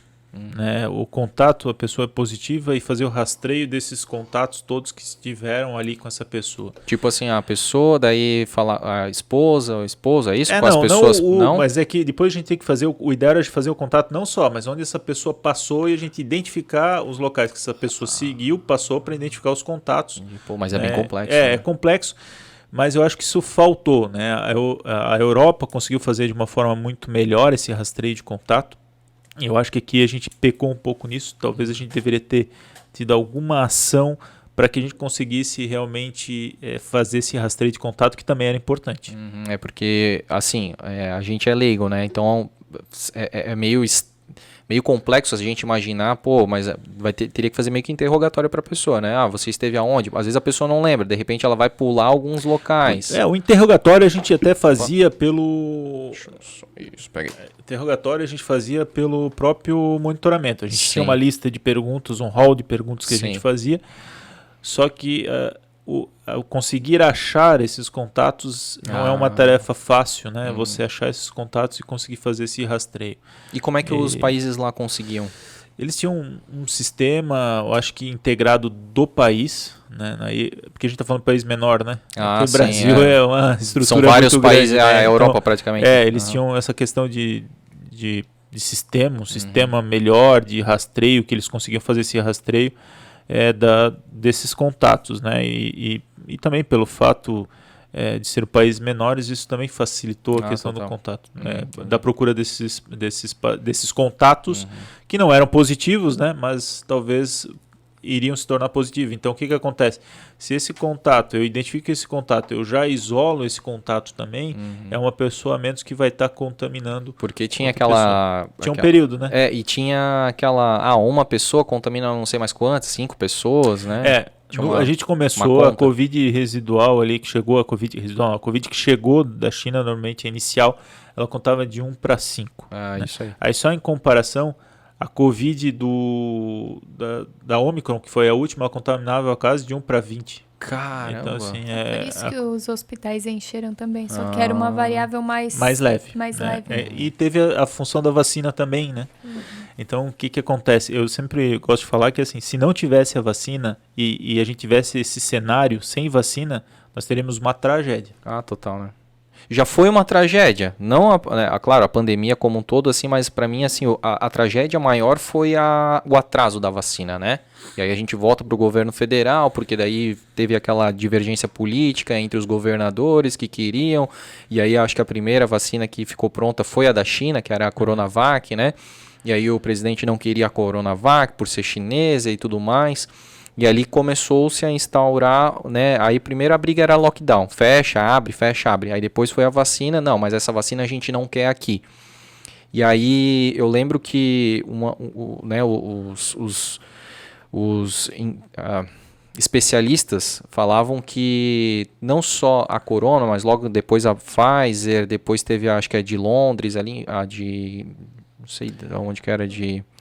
Tinha a Pfizer, tinha a AstraZeneca, que era da Oxford. Da Oxford, isso. Enfim, meio que quase que foram ficando prontas, assim, uma atrás da outra, assim, né? E esses laboratórios tinham muito interesse em fazer parcerias com o Brasil, porque o Brasil tem o SUS, que é um sistema que capilariza muito rápido, então seria um exemplo, um case de sucesso, que isso, obviamente, para eles como laboratório, faria vender muito mais para os outros países, né?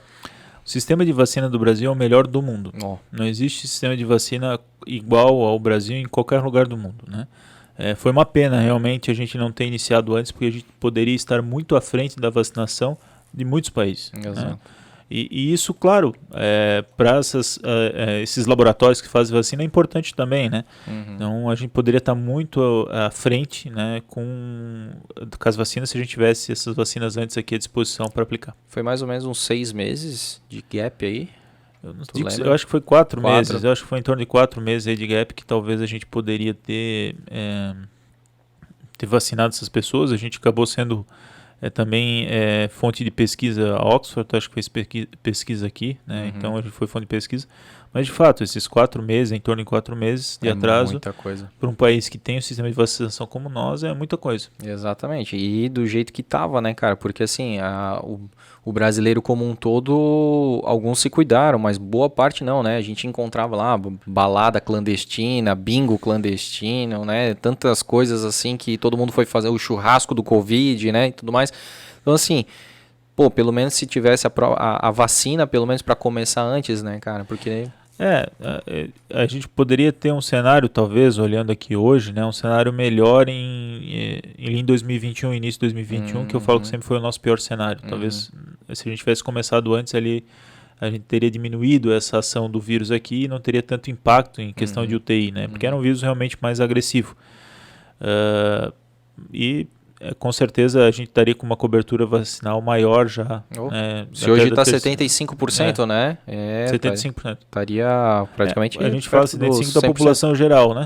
Se a gente olhar, dividir aí, adulto, a gente já deve estar com uns 80% da primeira dose, chegando muito próximo a isso também da segunda dose. Então já estaria praticamente coberto 100%. O que agora a gente está com dificuldade é a questão da vacina de terceira dose, que a procura também não está adequada, as pessoas não estão procurando muito, e criança, né?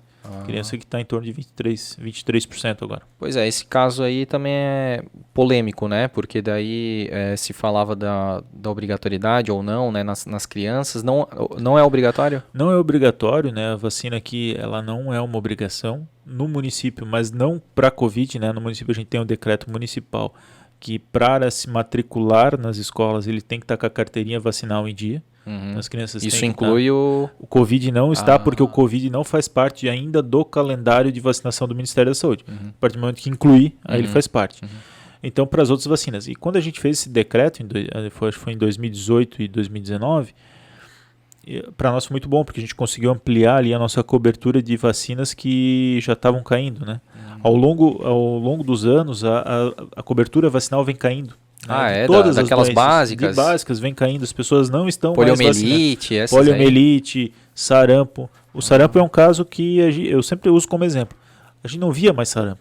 E agora, por conta da diminuição da cobertura, está se aumentando aí, já estamos observando casos de sarampo.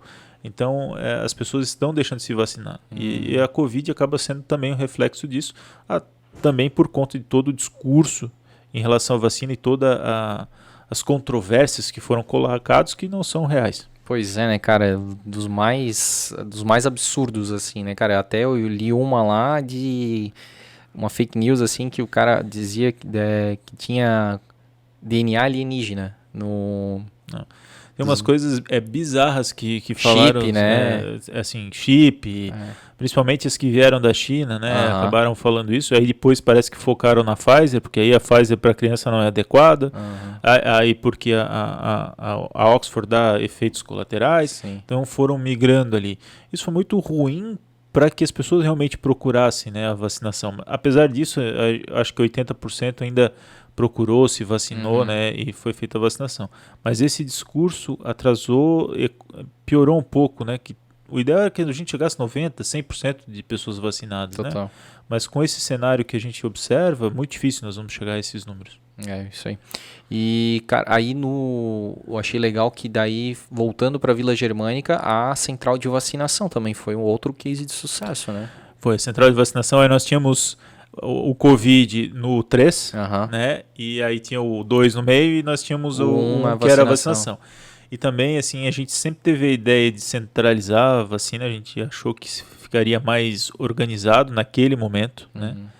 E aí a gente teve a ideia dos containers, né? Tinha os containers. E também a mesma lógica que a gente tinha no ambulatório do Covid, a gente usou para o ambulatório para vacinação, né? Então era um reloginho, né?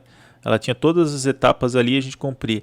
Tinha um período ali que as pessoas, a gente tinha até o tempo, né? As pessoas demoravam em torno de 12 a 3 minutos até a aplicação. O meu caso foi assim. Primeiro eu achava interessante a questão ali de tu agendar, né? Então tu já chegava lá agendado, né? Tu não ficava numa fila, muitos estados, cidades ficavam ali numa fila enorme para conseguir, né? Drive-thru, né? Por ordem de chegada e tudo mais. Ali não, ali tudo bem que também era difícil porque logo as senhas acabavam, né? Mas assim, que tu conseguia a senha ali, tu ia naquele dia, cara, a pessoa te perguntava ali, até acho que tinha soldados ali, né, do exército. Nos ajudaram até o batalhão ali nos ajudou muito, né? E aí eu lembro, daí ele perguntava o horário, daí eu dizia o horário, daí, pô, não se encaminha pra lá, daí tu aguardava, cara, mal esquentava a cadeira, assim, tu já ia lá pra... A pessoa te perguntava, pegava os documentos, né, aí te dava fichinha, daí logo também tu já ia pros containers ali, era muito rápido, cara. E aí a explicação achei muito legal, né, todos os agentes de saúde ali explicando qual que ia aplicar, né, qualquer dúvida que a gente tinha ali, eles comunicavam, né? Isso favoreceu o fato de a gente ter um local focado, né? Então as pessoas estavam só focadas naquilo ali, né? Isso facilitou muito esse processo. Uma linha de produção, né? Uma linha de produção, exatamente. A gente precisava realmente, porque o volume de pessoas vacinar era muito grande. E quando a gente fez o agendamento, o que a gente pensou? É melhor a pessoa, talvez ela não vai conseguir no primeiro momento ali agendar, mas ela não vai precisar ir lá e esperar numa fila e talvez chegar um momento e dizer, olha, nós estamos encerrando aqui porque já deu o horário. Não, a pessoa que agendou, ela tem a certeza que ela vai ir lá, ia na central de vacinação e ia tomar a vacina. E aí a pessoa que não conseguiu, na próxima vez tentava de novo. Que tinha, acho que São Paulo teve a tal da xepa da vacina, né, cara? Que daí tinha que abrir ali as coisas, daí sobrava, daí tipo avisava, daí vinha um monte de gente, mas era, né, alguns frasquinhos e tal. Nós tivemos o menor número de perda de vacina. Assim, a gente tinha pouca perda de vacina.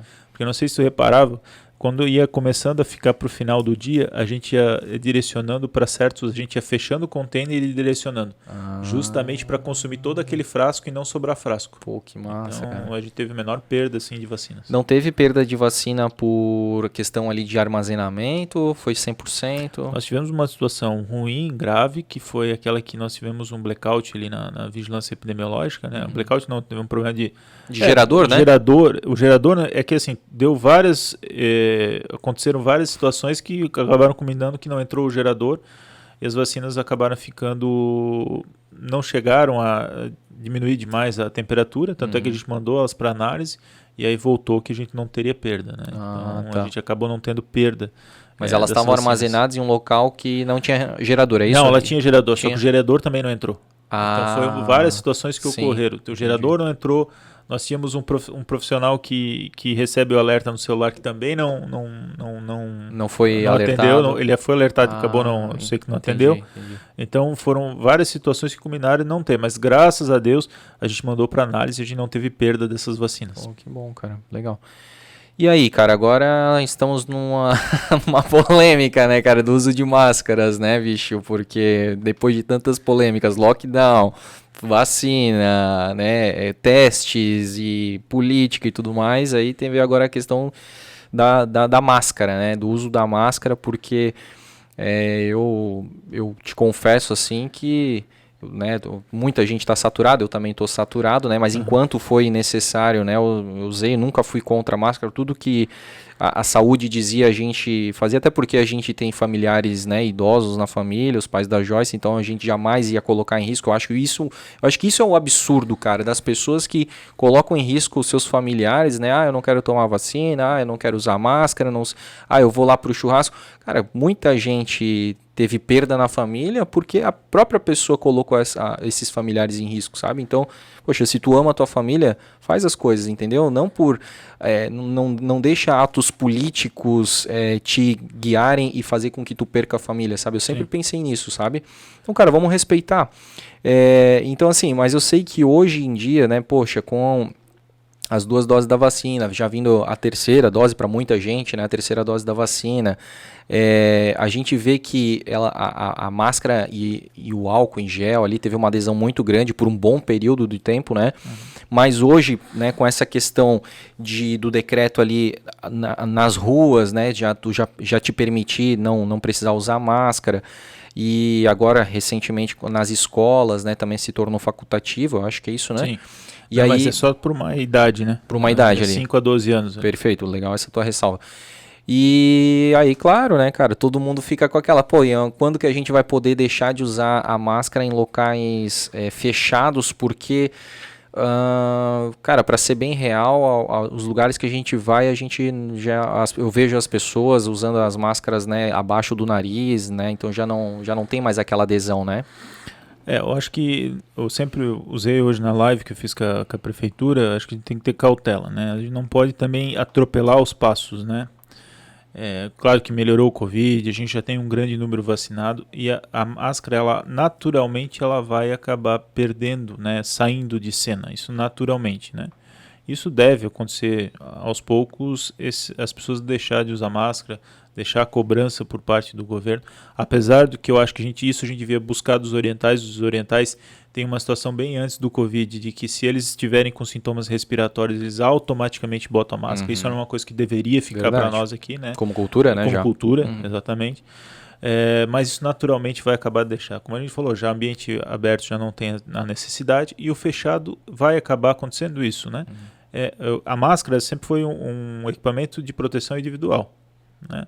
E a gente acabou utilizando ela na Covid como equipamento de proteção coletiva. E ela vai voltar a ser um equipamento de proteção individual que cada um usa, né, conforme a sua necessidade ou a sua preocupação, vamos dizer assim. Mas eu acho que ainda a gente tem que ter cautela, né? Eu acho que a gente teve o carnaval ali, né? A gente não sabe ainda como vai ser, como o vírus vai representar no carnaval, apesar de que eu acho que a gente não vai ter tanta influência desse carnaval, mas a gente não sabe que demora uns 15 dias aí pra gente ver a evolução desses casos. Sim. Então acho que o momento é ter cautela e naturalmente isso vai acabar sendo retirado ao longo. O ponto-chave, né, secretário, eu acho que é a questão do próprio decreto estadual, né? Eu acho que pelo que eu li ali da rede social do prefeito ali, ele mesmo diz, né, que deu a entender que por opinião dele ele já teria tirado, né? Que incomoda também hoje, né? Todo mundo tá de saco cheio.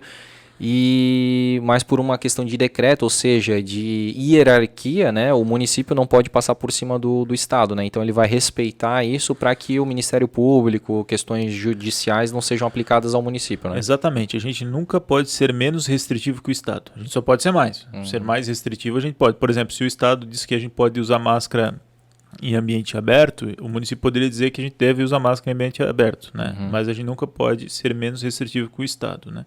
E o Estado, no decreto dele, ele coloca só para realmente aquele grupo específico nas escolas de 5 a 12 anos, né? Então, ele foi bem só para aquele grupo, o Estado fez, e a gente não tem isso. Então, para evitar essas questões do Ministério Público, questão do Judiciário também, que a gente já viu em outras situações em que o município tentou ser menos restrito que o Estado, que acabou tomando uma ação e teve que voltar atrás da decisão. Então, eu acho que nesse momento a gente tem que ter cautela e isso naturalmente, eu acho que no mês de março, mês de abril, isso deve acabar voltando à sua normalidade se a gente não tiver aí um novo aumento de casos. Sim, até porque você estava falando que esse decreto estadual ele vai expirar no final do mês de março, né? Deve ser no mês de março, e aí tem que ver se vão se reeditar ou se vão, né, colocar algumas ressalvas, exatamente, né? Aí depende muito do governador. Certo, cara. A gente viu ali, né, até Chapecó, Indaial, e agora bem recentemente a gente viu a notícia de Balneário Camboriú, né? Sim.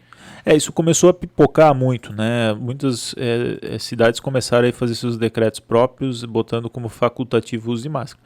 Mas, de fato, o que a gente observou até agora é que a gente não poderia ser menos restritivo que o Estado, né? Então, é uma ação que eu ainda preciso ver como é que o Judiciário, o Ministério Público vai se comportar né, com essas, em relação a isso, porque o que a gente viu em toda a pandemia foi que eles realmente vieram e disseram que teria que voltar atrás porque tu não pode ser menos restritivo que o Estado. Aqui a gente está falando de uma coisa totalmente burocrática, né? Tecnicamente a gente já percebe que... Tecnicamente, só que o problema é o seguinte, quando as pessoas talvez hoje ainda usam, mas quando o governo ou alguém chega e diz assim, olha, não use mais máscara, aí é todo mundo, porque hoje a gente tem uma parcela que usa e uma parcela que não usa. Sim. Então, quando a gente chega e diz, tá liberado, aí todo mundo usa. Claro que a gente já tem uma grande parte da população que está usando ou usando errado, né, que não ajuda se usar errado, ou não está usando. Mas a partir do momento que tu libera, né, aí até os que usam certo já não vão usar, isso e aí pode gerar mais transmissão e tudo mais, e voltar uma nova onda, né? Exatamente. Tranquilo, cara. E aí, Joyce? Eu acho que a gente não chegou a perguntar, né, por trabalhar na prefeitura e tudo mais, se você tem alguma ameaça, se você já recebeu alguma ameaça ou tem haters, porque... É verdade. Né? Olha, primeiro que eu tenho um Instagram, mas eu uso muito pouco o Instagram, né? Eu vi, a gente pediu pra te seguir, eu não sei quanto tempo tu vai demorar. Eu tenho um monte ali, pediu pra seguir, mas é que eu tenho o Instagram e eu não uso. Eu tenho uma foto antiga antes de eu entrar aqui e acabo não usando o Instagram. E eu, por mim, eu não vejo muito a questão de Instagram e tal. Não entre. Muito, Tenha vida. E eu tenho muito aqueles comentários, sabia onde eu queria chegar, eu tinha a minha ideia, a minha conversa com o prefeito, né? Então eu evitava isso. Isso, acho que para mim foi um facilitador. Eu evitei estresse, às vezes, desnecessário. Eu imagino. Mas aí a crítica não vem de outra forma, por tu não ter algo acessível, as pessoas não te criticam por você ser, de repente, inacessível? Não, é que daí eu tenho o WhatsApp, né? O WhatsApp ali a gente responde, as pessoas têm, né? É o meu número mesmo, eu não tive um outro número, nenhum número, então a gente responde por ali as pessoas, né? Aquilo que a gente consegue também, tem volume que não consegue. E muitas vezes aí a própria prefeitura, né? A gente tentava responder pelas próprias mídias da prefeitura. Porque tinha uma época que tinha live todo dia, né? Todo dia, nós tínhamos uma época todo dia live. E live foi interessante, assim, a evolução das nossas lives, né? No começo, as lives eram a gente como realmente só celular ali, e aos poucos a gente foi evoluindo, melhorando as lives. A gente também foi aprendendo, né? Com a Covid, para melhorar ali todo o processo. E aí respondia eventualmente aquelas dúvidas da população, né? Tinha os comentários ali, né? Então... Aí tinha também o prefeito também que olha, eu tô com essa dúvida ali, a gente respondia pelas mídias dele, a gente mandava para ele a resposta. Então a gente tinha essa relação. É que eu realmente nunca fui muito de mídia social. É isso aí. E aí, Joyce? É saudável também, né? Mentalmente maravilhoso. É verdade. Cara, eu quero te perguntar aí do futuro, né? Porque daí eu sei que tu, né, tá como secretário, né, de saúde. Eu acredito que para ti, pro teu currículo, isso vai ser fantástico, né, cara? Tu ter aí atravessado essa pandemia, né? Como eu falei no início, aí a gente tá já olhando para uma luz no fim do túnel, né? Para uma saída aí do outro lado. E, para ti vai ser com certeza muito importante. Diferente de outros secretários ou até ministros da saúde que não puderam estar, né, na sua integralidade, né, nessa passagem aí, tu esteve. O que tu vislumbra pro futuro, cara, de você? Porque secretário, né, a gente tá como secretário, né, isso não é finito, né? E aí mas o que eu aprendi na pandemia, o que eu venho aprendendo na pandemia, isso a gente leva como bagagem para a vida inteira, né? Eu hoje faço um curso também de gestão do Einstein em São Paulo, estou fazendo esse curso, e ali a gente tem um contato muito próximo, né, com outros profissionais, né, com o secretário de Estado de Saúde de São Paulo, né, o próprio que estava na época do Mandetta também nos deu aula. Então a gente cria esses vínculos, né? E eu sempre falo, eu sou médico, né? Isso não vai sair de mim, essa é a minha profissão, né? E é para ali que eu volto e atender agora na regulação ou atendendo a população, é ali que eu vou estar. E secretário é um momento, mas médico é para a vida inteira. E é isso que eu pretendo depois retornar e continuar a minha função como médico. E aí ver as oportunidades, né, que aparecem, né, que a gente possa estar ajudando o SUS, né? O meu objetivo depois que eu saí de secretário ou como médico, é ajudar o SUS, né? Que nós temos um sistema de saúde fantástico no Brasil. A gente precisa fazer ajustes, sim, mas o sistema é um dos melhores sistemas do mundo. Então, e quanto mais gente capacitada poder ajudar o SUS, aí nós vamos ter um cenário muito bom para frente para a saúde pública do Brasil. Então, tua perspectiva é continuar no meio público, assim, não montar um consultório? Nesse momento, não. Eu sempre trabalhei no público, né? Então, nesse momento, eu ficaria no público. Gosto de trabalhar no público, né? Tem gente que não gosta, mas tem gente que gosta, né? Então, que bom, né? Que tem as pessoas que gostam, né? Então, assim, eu gosto muito, sempre trabalhei no público. Eu nunca cheguei a ter consultório privado, né? Sempre trabalhei no público. Então, isso para mim foi... E pretendo continuar no público. Ai, legal, cara. Importante, né? Pessoas que gostem, né, Joyce? Precisa, né? Exatamente, né? Vocação, né? Sim, vocação. Isso é importante. Até porque muitas vezes, né, tem tanta gente, já é tão sofrido para conseguir alguma coisa, ainda chegar lá o profissional te olhar com aquela cara de... Sem humanidade, né, cara? Tu tem que gostar daquilo que você faz, né? A partir do momento que você gosta daquilo que você faz, né, você vai estar bem, né? E você vai atender bem, né? Agora, se você está fazendo uma coisa que você não gosta, Você não vai atender bem, e aí vai ser pior para você e para o paciente, né? Total. E para quem atende o médico, o enfermeiro, a gente atende o paciente sempre na pior situação dele, né? Ninguém quer estar com dor, ninguém quer estar com algum sintoma, então a gente tem que ter essa sensibilidade também no atender as pessoas. Nossa, e aí, quer fazer alguma pergunta? Não, tem as perguntas aqui para fazer, podemos ir para elas? Podemos. Eu quero te perguntar, dessa nossa retrospectiva, tem alguma coisa que a gente não citou, que tu gostaria de estar citando? Teve uma situação bem, até a gente brinca lá, que é engraçado, que a gente tem as partes engraçadas. Opa, isso também, é importante, né? Dá uma... Nós estávamos bem no meio da vacina, né? E aí abre a agenda, trabalhando praticamente todo dia, não fechava, a vacina abria de segunda a segunda, vacinando. E aí chegou um momento que a gente não ia receber doses do governo do estado. Isso era uma sexta-feira, não ia receber dose e tal. E aí o Gabriel, que é do Sistema Pronto, falou assim, Gabriel, nós vamos receber dose, tu tá liberado. Ele é que abria as agendas, né? Então tu tá liberado, fica tranquilo. Esse final de semana a gente não vai abrir agenda nem no sábado nem no domingo. E liberei o Piá. E o Piá resolveu... Não, vou pra praia. E ele foi pra praia. Aí no sábado de manhã eu recebo a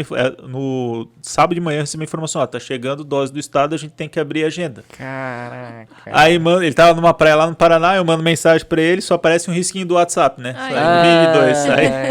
Aí veio aquela... No final a gente conseguiu conversar. E aí depois ele assim, Winnie, tu não sabe de onde eu abri essa agenda? Eu falei, de onde? Tive que entrar numa padaria, pedir o Wi-Fi da padaria, porque não tinha Wi-Fi e eu abri a agenda. Eu falei assim, só pra nós, abri uma agenda. Via o Wi-Fi da padaria. Wi-Fi da padaria. Que padaria abençoada essa. O tal do Gabriel foi o cara que o pessoal mais esperava na época da agenda, né? Dava 5 horas ali, a galera no F5. Nem sabia que era o Gabriel que tava por trás ali. Um abraço pro Gabriel. O abençoado. Guerreiro. Que massa, cara. Então, vamos lá para as perguntas. Se tu lembrar de mais alguma coisa, fala, né? Dá uma... Tranquilo, vamos.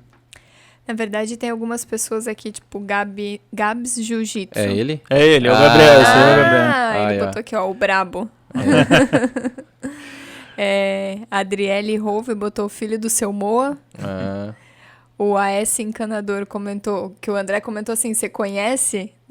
Aqui, na verdade, eu não pedi pra fazer uma pergunta, eu falei, você conhece o secretário de saúde de Blumenau, né? Então as pessoas vão falando o que elas conhecem, né? Aí o AS Encanador, como é que é o nome dele mesmo? Ai, meu Deus, agora tu passou a bola pra mim. Branco. Agora deu branco. Enfim, ele botou... Adriano, não é? Adriano. Saibet, isso. Sei lá, só vi ele nas lives da prefeitura, ó. As pessoas que conhecem pela live, né? A gente acabou sendo conhecido. A Jéssica Fensky, que a gente já discutiu sobre o sobrenome dela aqui, né?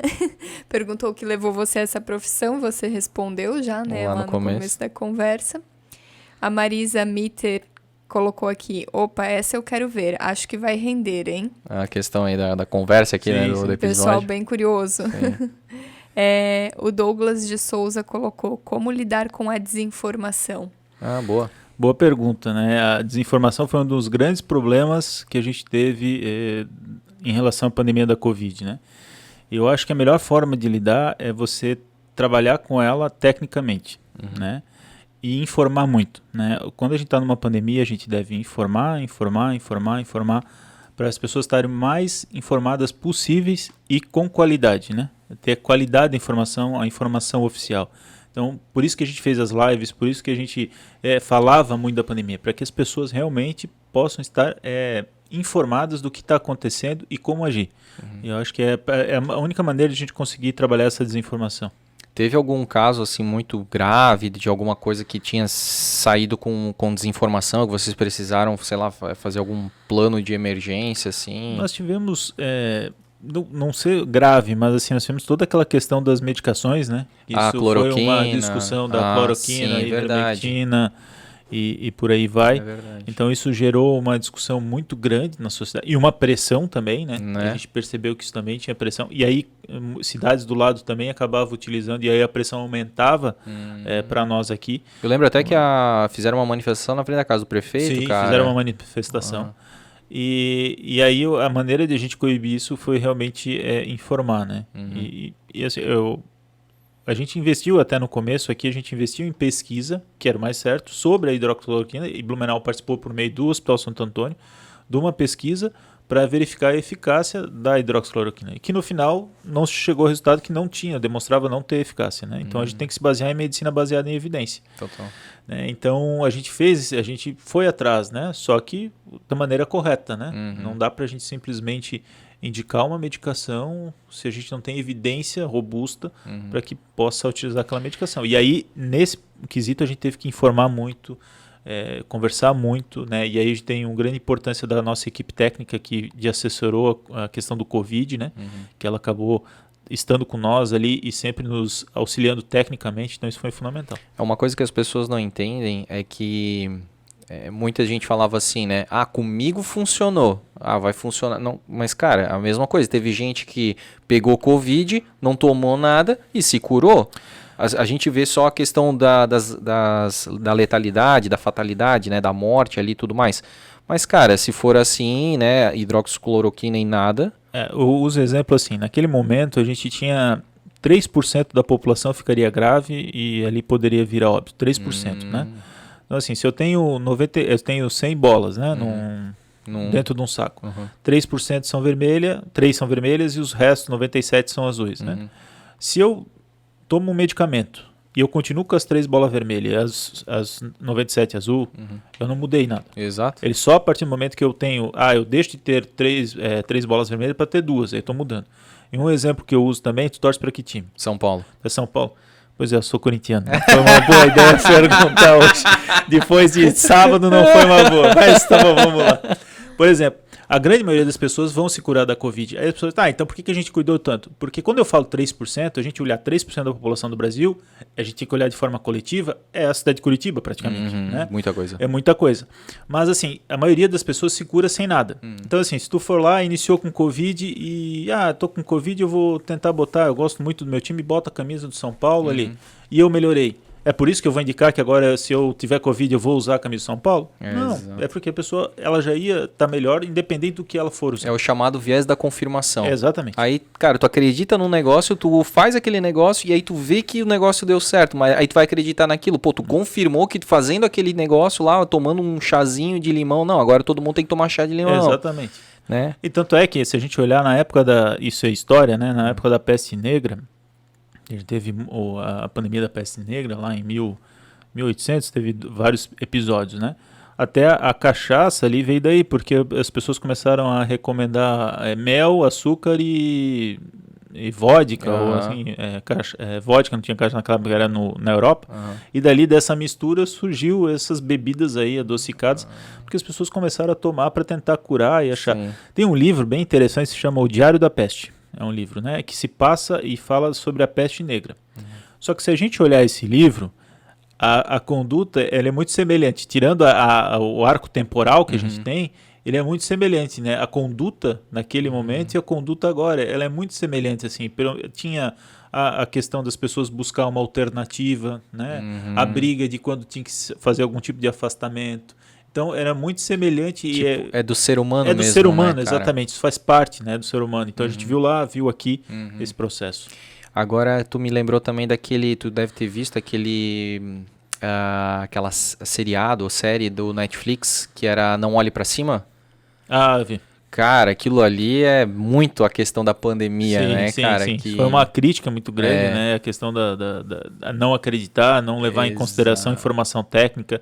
Isso é uma crítica pesada, né, a tudo que aconteceu ali. E como que engraçado, porque assim, se fosse uma série brasileira, não seria tão perfeito, né? Porque pega lá, tem a presidente, que ela tem um filho, e o filho reforça tudo que a presidente, né, quer falar e tudo mais, né? Pô, o presidente aqui é a mesma coisa, tem os filhos ali e tudo, né?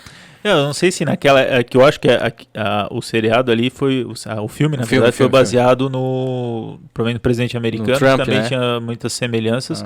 Mas não tinha filho, eu acho que, né? Não, que ele influenciava. tinha algumas filhas que influenciavam e estavam no governo.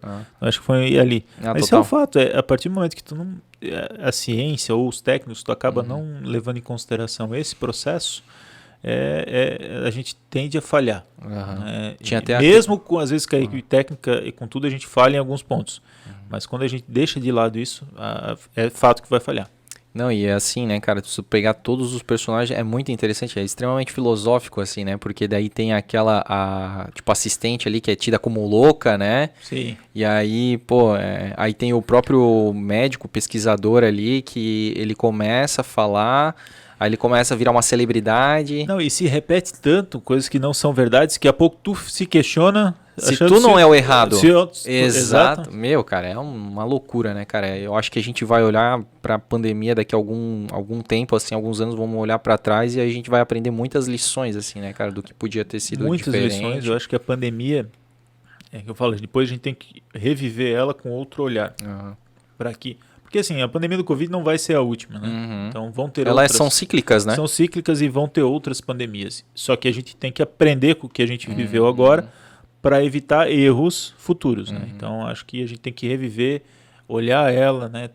Ver o que aconteceu e já tá preparado para que outras virão. Isso faz parte. É a natureza, né? É a natureza. E tem mais uma pergunta aqui do Douglas também. Nossa, a gente entrou e rendeu aqui a do Douglas aqui. Como foi ser secretário durante essa pandemia? Eu fico pensando quando, tipo assim, beleza, acabou, tá mais leve, tá controlado, vai sentar assim, vai dizer, meu Deus. Pois é, né, cara, tu como pessoa, né, vivendo isso, porque a gente praticamente o podcast todo falando, tu como secretário, né, cara, como aquela pessoa ali intitulada, né, cara, agora como é que foi o Winnie, tu pessoa, né, voltando pra casa, como é que foi isso, cara? Eu acho que ali tem parte fundamental, né, tem a Marília, que é minha assessora, né, que trabalha na secretaria comigo, e ela teve muito porque essa questão do peso, né, de levar, eu dividia muito com ela, a gente conversava muito, né, e a gente dividia isso, e as colocações dela me ajudaram muito, né, para que a gente conseguisse seguir uma linha, né? Mas existia um peso, sim, principalmente no começo, né? Ali no começo que a gente não sabia muita coisa, às vezes a gente se parava e entrava e pensava assim, cara, o que a gente vai fazer, né? O que eu posso mais fazer? Eu estou fazendo certo, né? Às vezes eu tenho que ser mais incisivo nessa decisão ou menos incisivo nessa, né? Então isso foi o peso que a gente teve, né? Mas aí ao longo, tu vai trabalhando a Covid, tu vai entendendo o processo, esse peso ele acaba se diluindo, né? Tu começa a ter, como eu falo, no último pico que a gente teve, ou nesse pico da Omicron, a gente já sabia mais ou menos o que fazer, então é muito mais fácil, né? Mas ali no começo foi pesado, né? Foi bem pesado, e eu acho que ter a Marília ali como assessora, me ajudando, né? E ajudando também a comandar os processos que a gente tinha do Covid, isso facilitou muito e tirou muito peso também em relação ao processo ali que a gente teve da Covid. Tu sentiu o apoio dos outros colegas secretários, assim? Nós temos a ANVI, que é o grupo de secretários aqui da região, né, do Médio Vale, né? E esse é um grupo muito bom, um grupo muito fechado, e a gente sempre conversou, sempre tentamos trabalhar de forma conjunta, né, em relação à Covid. E isso também com relação aos prefeitos, também o prefeito Mário pode colocar, mas também tinham reuniões constantes. Então, eu acho que houve uma movimentação, convergência aqui, principalmente na região, né? Isso representa para o Estado sabe que a nossa região ela trabalha muito a questão regional, né? Não só o município. Sim, mas eu te pergunto também em relação aos secretários do governo da prefeitura, do Mário, assim, porque assim como teve no federal, né, o cara, digamos, da economia quer puxar mais para o lado dele, né, o da saúde mais para aqui teve uma... Todos, assim, eu não tive exceções, assim, que não me ajudaram. Lógico que dependendo do cargo que estava, a gente tinha um vínculo maior, né? E aqui eu uso o próprio Anderson Rosa, que é o secretário de administração da prefeitura. Então, até por questão de contratação, nós tínhamos que contratar gente. Então, o auxílio dele e a disposição dele, né? Em nos auxiliar e focar, porque teve um momento que a prefeitura ficou focada no Covid, né? Então, as ações eram focadas no Covid, né? Então, todo mundo tinha que ir para essa pauta, né? Não dava para pensar isoladamente. Não tinha, né? Então, o próprio prefeito colocou à disposição os secretários para que a gente trabalhasse, né, a questão do Covid. O Paulo Costa, que é o secretário de gestão governamental, também nos auxiliou muito nesse processo, né, todo do Covid. Então, assim, eu não tive problemas, né, com o secretário. Eu acho que todos trabalharam, ajudaram, né, de forma muito tranquila, né, e sempre se colocaram à disposição para para aquilo que a gente precisasse, né? E a Câmara de Vereadores, como é que foi? Também não tivemos, assim, da Câmara de Vereadores, assim, eu não tenho nenhum momento para dizer assim, olha, temos problemas com a Câmara de Vereadores, sempre tivemos apoio, né, deles nas ações, né? E sempre, o apoio, às vezes, não é só dizer que está certo, não. O questionar também é importante, claro, né? Que às vezes a gente fica assim, não, quer dizer que está certo. Não, às vezes o questionar faz a gente pensar, né? Por que tu está fazendo aquilo ali, né? Sim. Aí tu pensa, realmente, eu acho que esse caminho não é esse, né? Quanto mais criticidade existir naquela questão, menos erro tu vai estar, né? Porque não são só os teus olhos, né? São os olhos de muitos outros ali, né? Para que tu não erre, né? E até porque às vezes a gente tem que fazer. Tu entra às vezes num mecânico, né? De fazer, e às vezes tu tem que parar e pensar. Né? Tá, peraí, vamos parar, vamos pensar, vamos reavaliar tudo aqui, né? O que a gente está fazendo certo, o que a gente está fazendo errado, né? O que pode melhorar. E a gente sempre fazia na secretaria, que a gente fazia o que nós íamos montar, né? Aí nós sentávamos um grupo, né, que estava montando o cenário, e a gente colocava, assim, a gente ficava acho que meia hora, cada um colocando, tá, mas o que pode dar errado? Isso ali pode dar errado, isso ali pode dar errado, isso ali pode dar errado. Então a gente ficava numerando o que pode dar errado, e depois a gente tentava achar solução para cada coisa que desse errado. Então, quando surgia um erro, a gente mais ou menos já tinha ciência do que daria errado e já tinha uma certa solução. Cara, isso aí é importante, né, cara? Tu ter uma equipe que seja coesa, né? Que seja, assim, bem entrosada e que tenha liberdade para falar, né? Porque alguns governos, eventualmente, a pessoa ali que pode estar ocupando um cargo menor que o teu, ela vai se sentir acuada, coagida, né? A não criticar por ela estar ali. E não, vocês dão essa liberdade.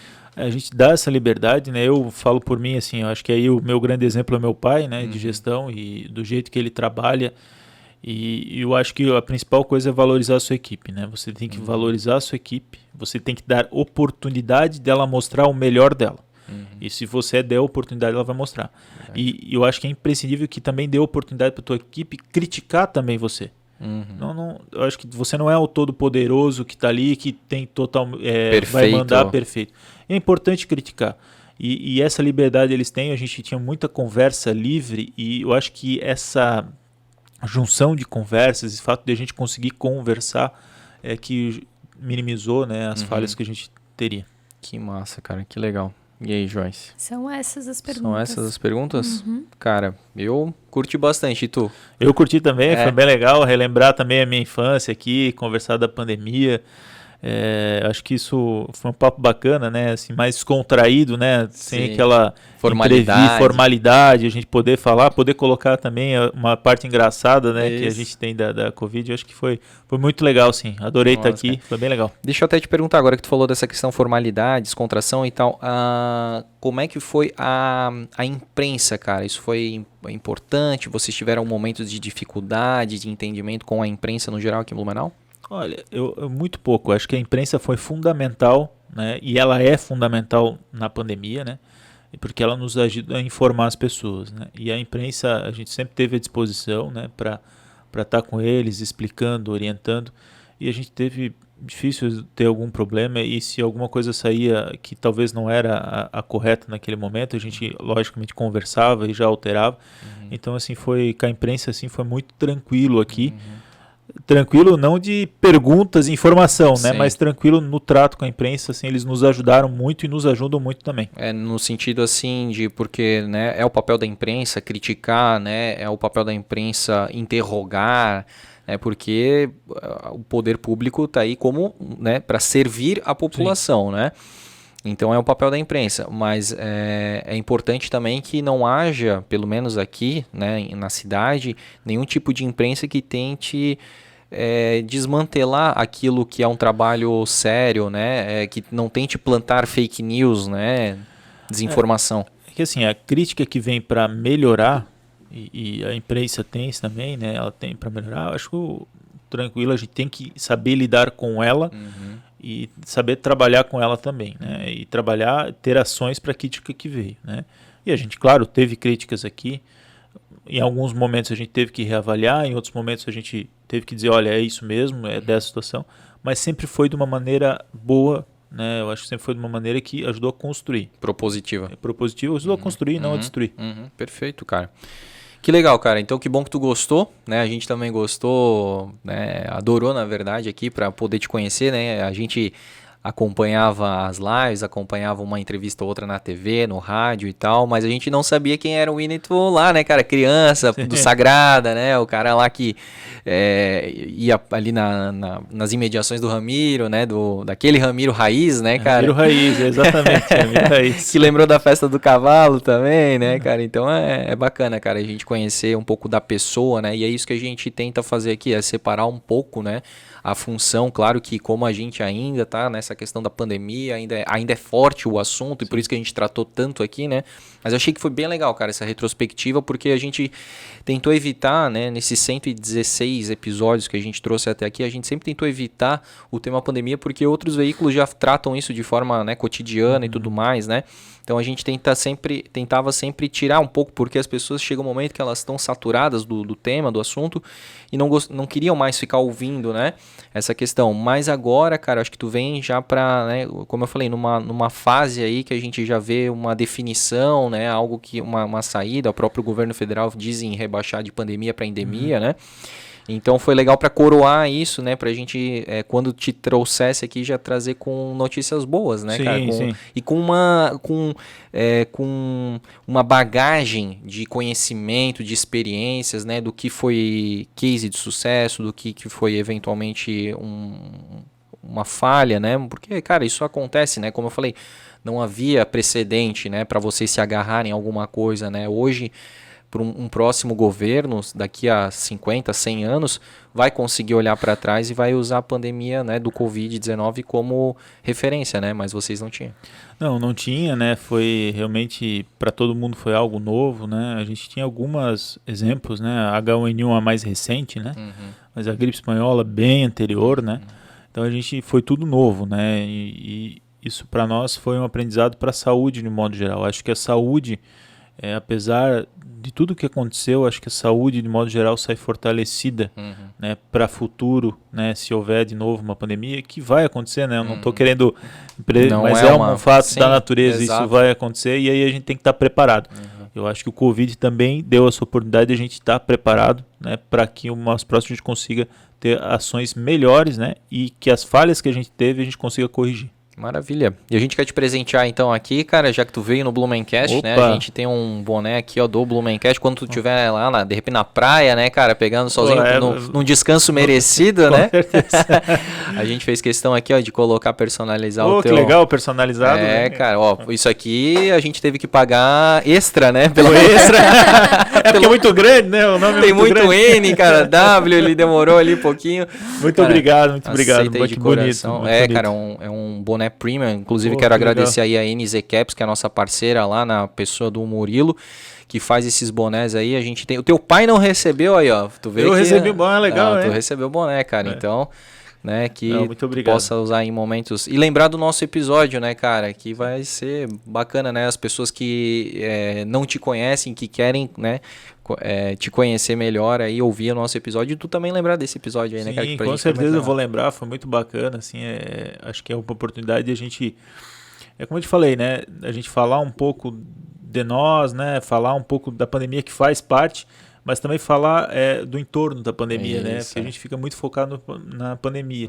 Mas para as pessoas saber o que acontece no entorno, né? O que tem o entorno da pandemia, o que envolveu isso tudo da pandemia. Que no final das contas somos pessoas, né? Sim. Então uma pessoa, né? E uma pessoa que gosta de cerveja ou não? Gosto. Então aqui, ó. Essa aqui vai ser para ti mesmo. A CRC Imóveis aqui, nosso parceiro patrocinador aqui, tá te dando uma cerveja dentro dessa embalagem aqui, uma Pilsen, né, refrescante. Nesse calor bom, né? Nesse calor bem geladinho. Desce legal, Desce legal. Obrigado. E é isso, cara. Então, né, as portas estão abertas aqui, cara, sempre que tu quiser voltar, informar, né, novas situações aqui. E mais uma vez, cara, te agradecer aí pela presença, pela conversa que foi realmente descontraída, foi bem bacana te conhecer, e até a próxima, né? Legal, até uma próxima. Obrigado aí pela oportunidade de estar aqui, a gente conversando. Acho que foi muito legal, realmente, né? Acho que quando a gente faz uma conversa assim descontraída, faz a gente relembrar. E aí a gente começa a curtir né, entrevista. Uma entrevista que a gente curte também junto, porque a gente vai relembrando o que aconteceu da nossa vida. Então, isso foi legal. Eu curti estar aqui, eu acho que isso aqui é legal. Que legal, não fica aquela coisa tensa só ali de falar de trabalho, né? Eu aproveitei ao longo da entrevista, a jornada. Que massa. Show, Joyce. Isso aí. Que maravilha, né? Começamos muito bem a semana, certo? Começamos, Que maravilha. Então, agradecer aí todo mundo que nos acompanhou, né, nesse episódio com Winnetou Krambeck, filho do seu Moacir Krambeck, né? Ou Krambeck? Krambeck, é isso aí, ó. Então, já mais uma vez, pedir para vocês se inscreverem no nosso canal, siga a gente lá no @Blumencast no Instagram, deixe seu comentário aí, o que você achou desse nosso episódio aqui, de ter conhecido o Winnetou também. Deixe o seu like e compartilhe esse episódio para mais pessoas aí próximas a você que queiram falar desse tema, que queiram ouvir, assistir sobre esse tema aí da retrospectiva da pandemia, que vai ser bem legal. Isso vai ajudar o nosso canal a crescer ainda mais aqui na cidade de Blumenau, tá certo? Até o próximo episódio e tchau!